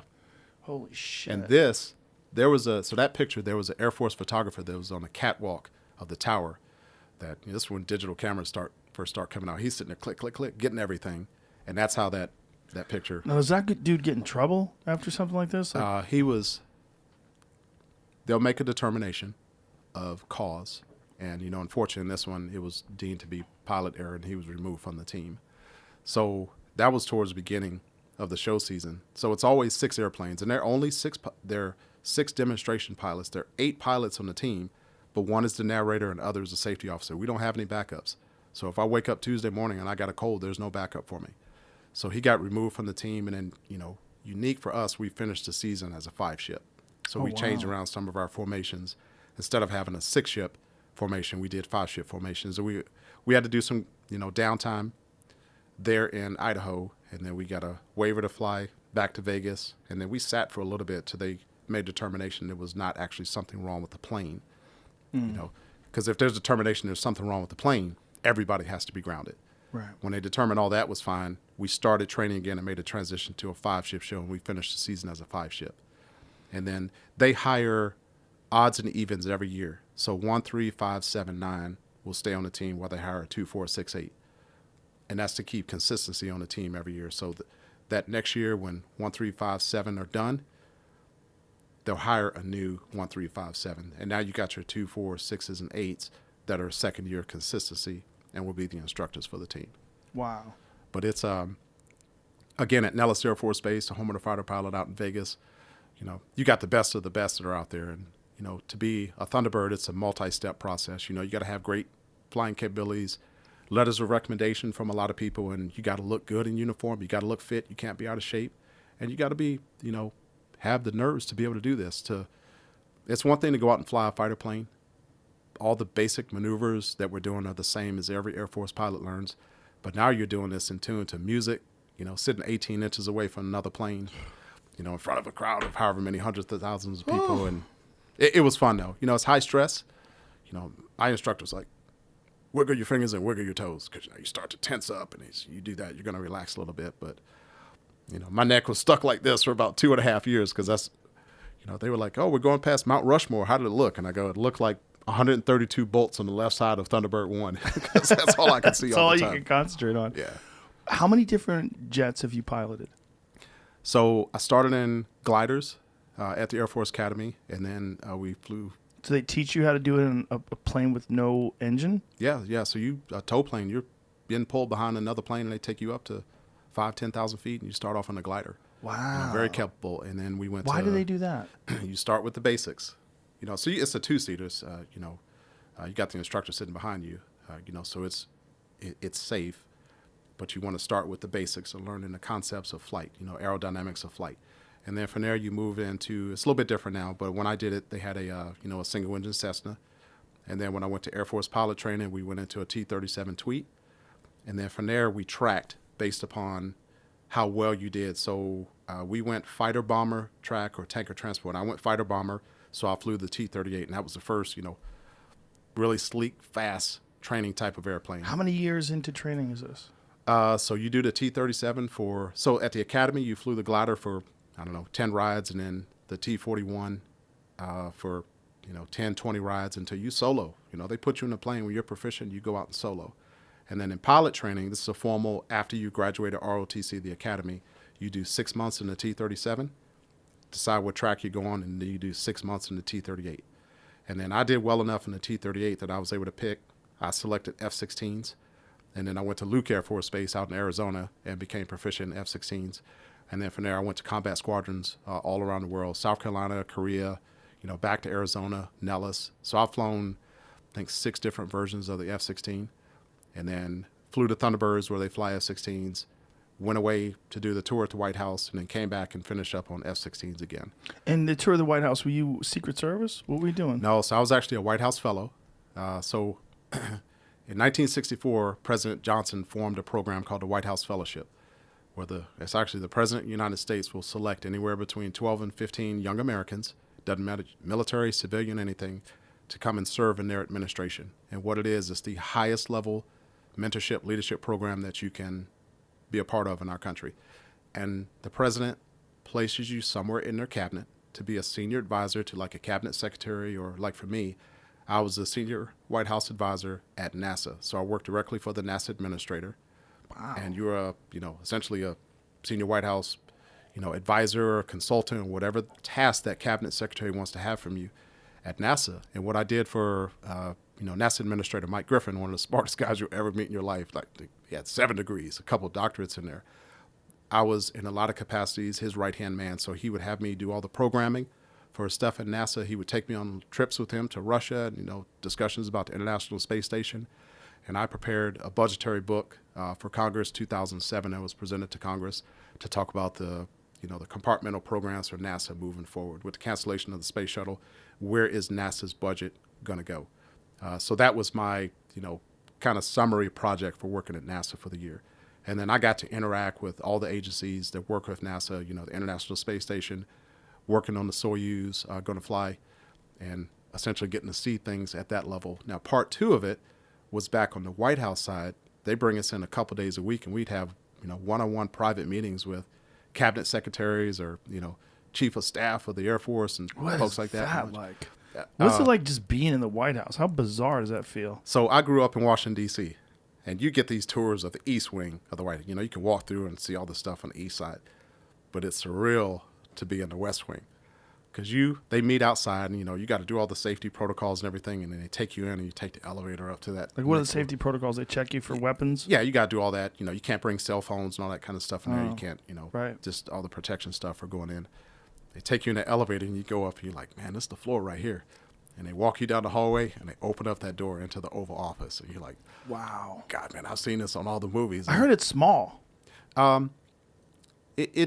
I think it's not really huge, but it depends on how much furniture and stuff that they have in there. But I heard it feels small, maybe because it's just so grand. The idea of being in the Oval Office where the president sits, it's so crazy. But when you're actually in there, you're like, oh, it's like a regular room. Yeah, it's obviously circular, I guess oval in shape. And so I work for President Bush. I would say the best part of it is that program is a bipartisan position, so you don't have to deal with the partisan politics and all the nonsense in D.C. Right. But I work for President George W. Bush, and what a incredible person. Because your perception. Was he a nice guy? What an awesome guy. Really? Some outside of politics, everyone has their opinion there. Right. But a lot of times, regardless of whatever administration, they only know what we see on the news media. Also, like 50% of the country's going to hate you. Exactly. No matter who you are. But as a husband, as a father, how passionate he was about, his incredible spouse and, his children, to see that side of a person. And, a lot of stuff we can't disclose just because it's private conversation, it's non-disclosure. But to see the emotion, of a father talking about his daughters, who are in college and, his hopes and dreams for them. And to be able to really respectfully ask any question, that you want. We'd have these sessions, like with the president. We'd meet in the Roosevelt Room in the Oval Office, and it's tough as a cabinet secretary to get 5, 10, 15 minutes with the president. We'd sit in there with him for an hour and a half. Wow. And talk about stuff. Ask, is the country ready for a female president? You asked the city. What did he think? He had people that he looked at, leadership, that he thought would be candidates for presidency. Like Condoleezza Rice was on his administration, and obviously Hillary Clinton was there. So the level of people that were out there to have these discussions of these are the type of people that we think, regardless of political affiliation, that could be looked at for leadership in our country. And with us, the people that they select to be in that program, to be future leaders, military, non-military, you're sitting around some of the finest people in the world, people that I still talk to and associate with and, have discussions with today. So here we are years later that these are still some of my best friends in the world. that you talk about goals and dreams, and you think about stepping into politics and stuff like that, and you get some sound advice to these people. But I'd already seen and been around the president before, because when we did some of the air shows, the president or vice president, someone come and they come and speak. And we did a show at the Air Force Academy. President Bush is there, so I got pictures and stuff with him, and getting to talk to him. And it's weird because we have military call signs, like Maverick and Goose. And my military call sign was Chappie. Chappie? Chappie, after General Chappie James, the first Black 4-star in the Air Force. So we go back and do this White House stuff, and we're at a Christmas party, and there's a formal greeting line to go and meet the president and the first lady. And the aide is standing there, and he says, Major Mark Smith, and he goes, Chappie, come on in, meet the wife. And I was like, how the heck did he remember, what my military call sign was? But that's the type of personal relationship in that ultra professional environment that you get. So, so here I'm growing up in Southeast Washington, D.C., go away to school, and the proudest moment I think I've ever had is we would get to give tours and stuff of the White House. So I get to bring my parents down. Wow. And give them a tour of the West Wing of the White House. So, people talk about dreams come true, hard work and stuff like that, man. I've had a You've had a wild life, man. It's been good. So, and still going. I should say it like it's over. I didn't mean it that way. No, we don't want that to happen. No, it's amazing. I got a lot of stuff I'm still trying to accomplish. So now, you're talking about all the various jets that you flew. Did you ever fly? Did you ever test fly anything? What do they do with when they're testing out new vehicles? So we do have test pilots. Edwards Air Force Base out there in California does a lot of testing with, current inventory and potential future inventory. And then we do have test and evaluation there at Nellis Air Force Base, testing planes and, weapons and stuff like that. I never did that. I traditionally stayed in combat roles at combat coded squadrons or training, there. I was an instructor teaching kids how to fly F-16s at Luke Air Force Base. The reason why I brought it up is I've always been curious, when they develop a new vehicle, they must have to talk to pilots, right? Mm-hmm. I mean, that has to be an integral part of the design of it. You have to talk to someone who has a lot of experience flying a fighter jet. What is missing? What could be done better? Mm-hmm. How do they do that? So as part of the design program, we have pilots that will be coded as test pilots. So they may be stationed at Edwards, or they may be stationed there at Nellis Air Force Base. That's their active role. They look at development of it based on historical platforms. You go from the F-16, F-15 to the F-22 to the F-35. You get all that kind of input. So they're guys that, instead of being in a combat coded squadron, they're actually in a test and evaluation squadron that get to do all that stuff. And they go out and test, what are the capabilities of this missile? It's not doing exactly what we want it to do. And they take all that feedback to the design folks, like Lockheed Martin or, General Dynamics back in the day when they're building stuff. Because, for the longest time, the F-15s and the F-16s, for us, that production line was done. But you go to St. Louis, and you look on the opposite side of the runway, they're building F-15s there again. And we just announced that the Air Force is going to start buying the next block of F-16s, the Block 70s, which is, man, that's a really advanced plane. And guys that are active duty, they get to go out and fly that thing and test it. Now, when you said the F-22 is the most capable. It depends on what it is. Between the F-22 and the F-35, those are, what does the F-35 do better than the F-22? Command and control. So, maybe communications with other systems. The F-22 is by far the air superiority, dogfighting air to air. It's the most advanced plane in the world. So why don't they just make only F-22s? Budgetary constraints. Oh, is that what it is? The amount that it cost, when the agreement came down to how many we were going to buy, I think it's probably in the hundreds now, that we have.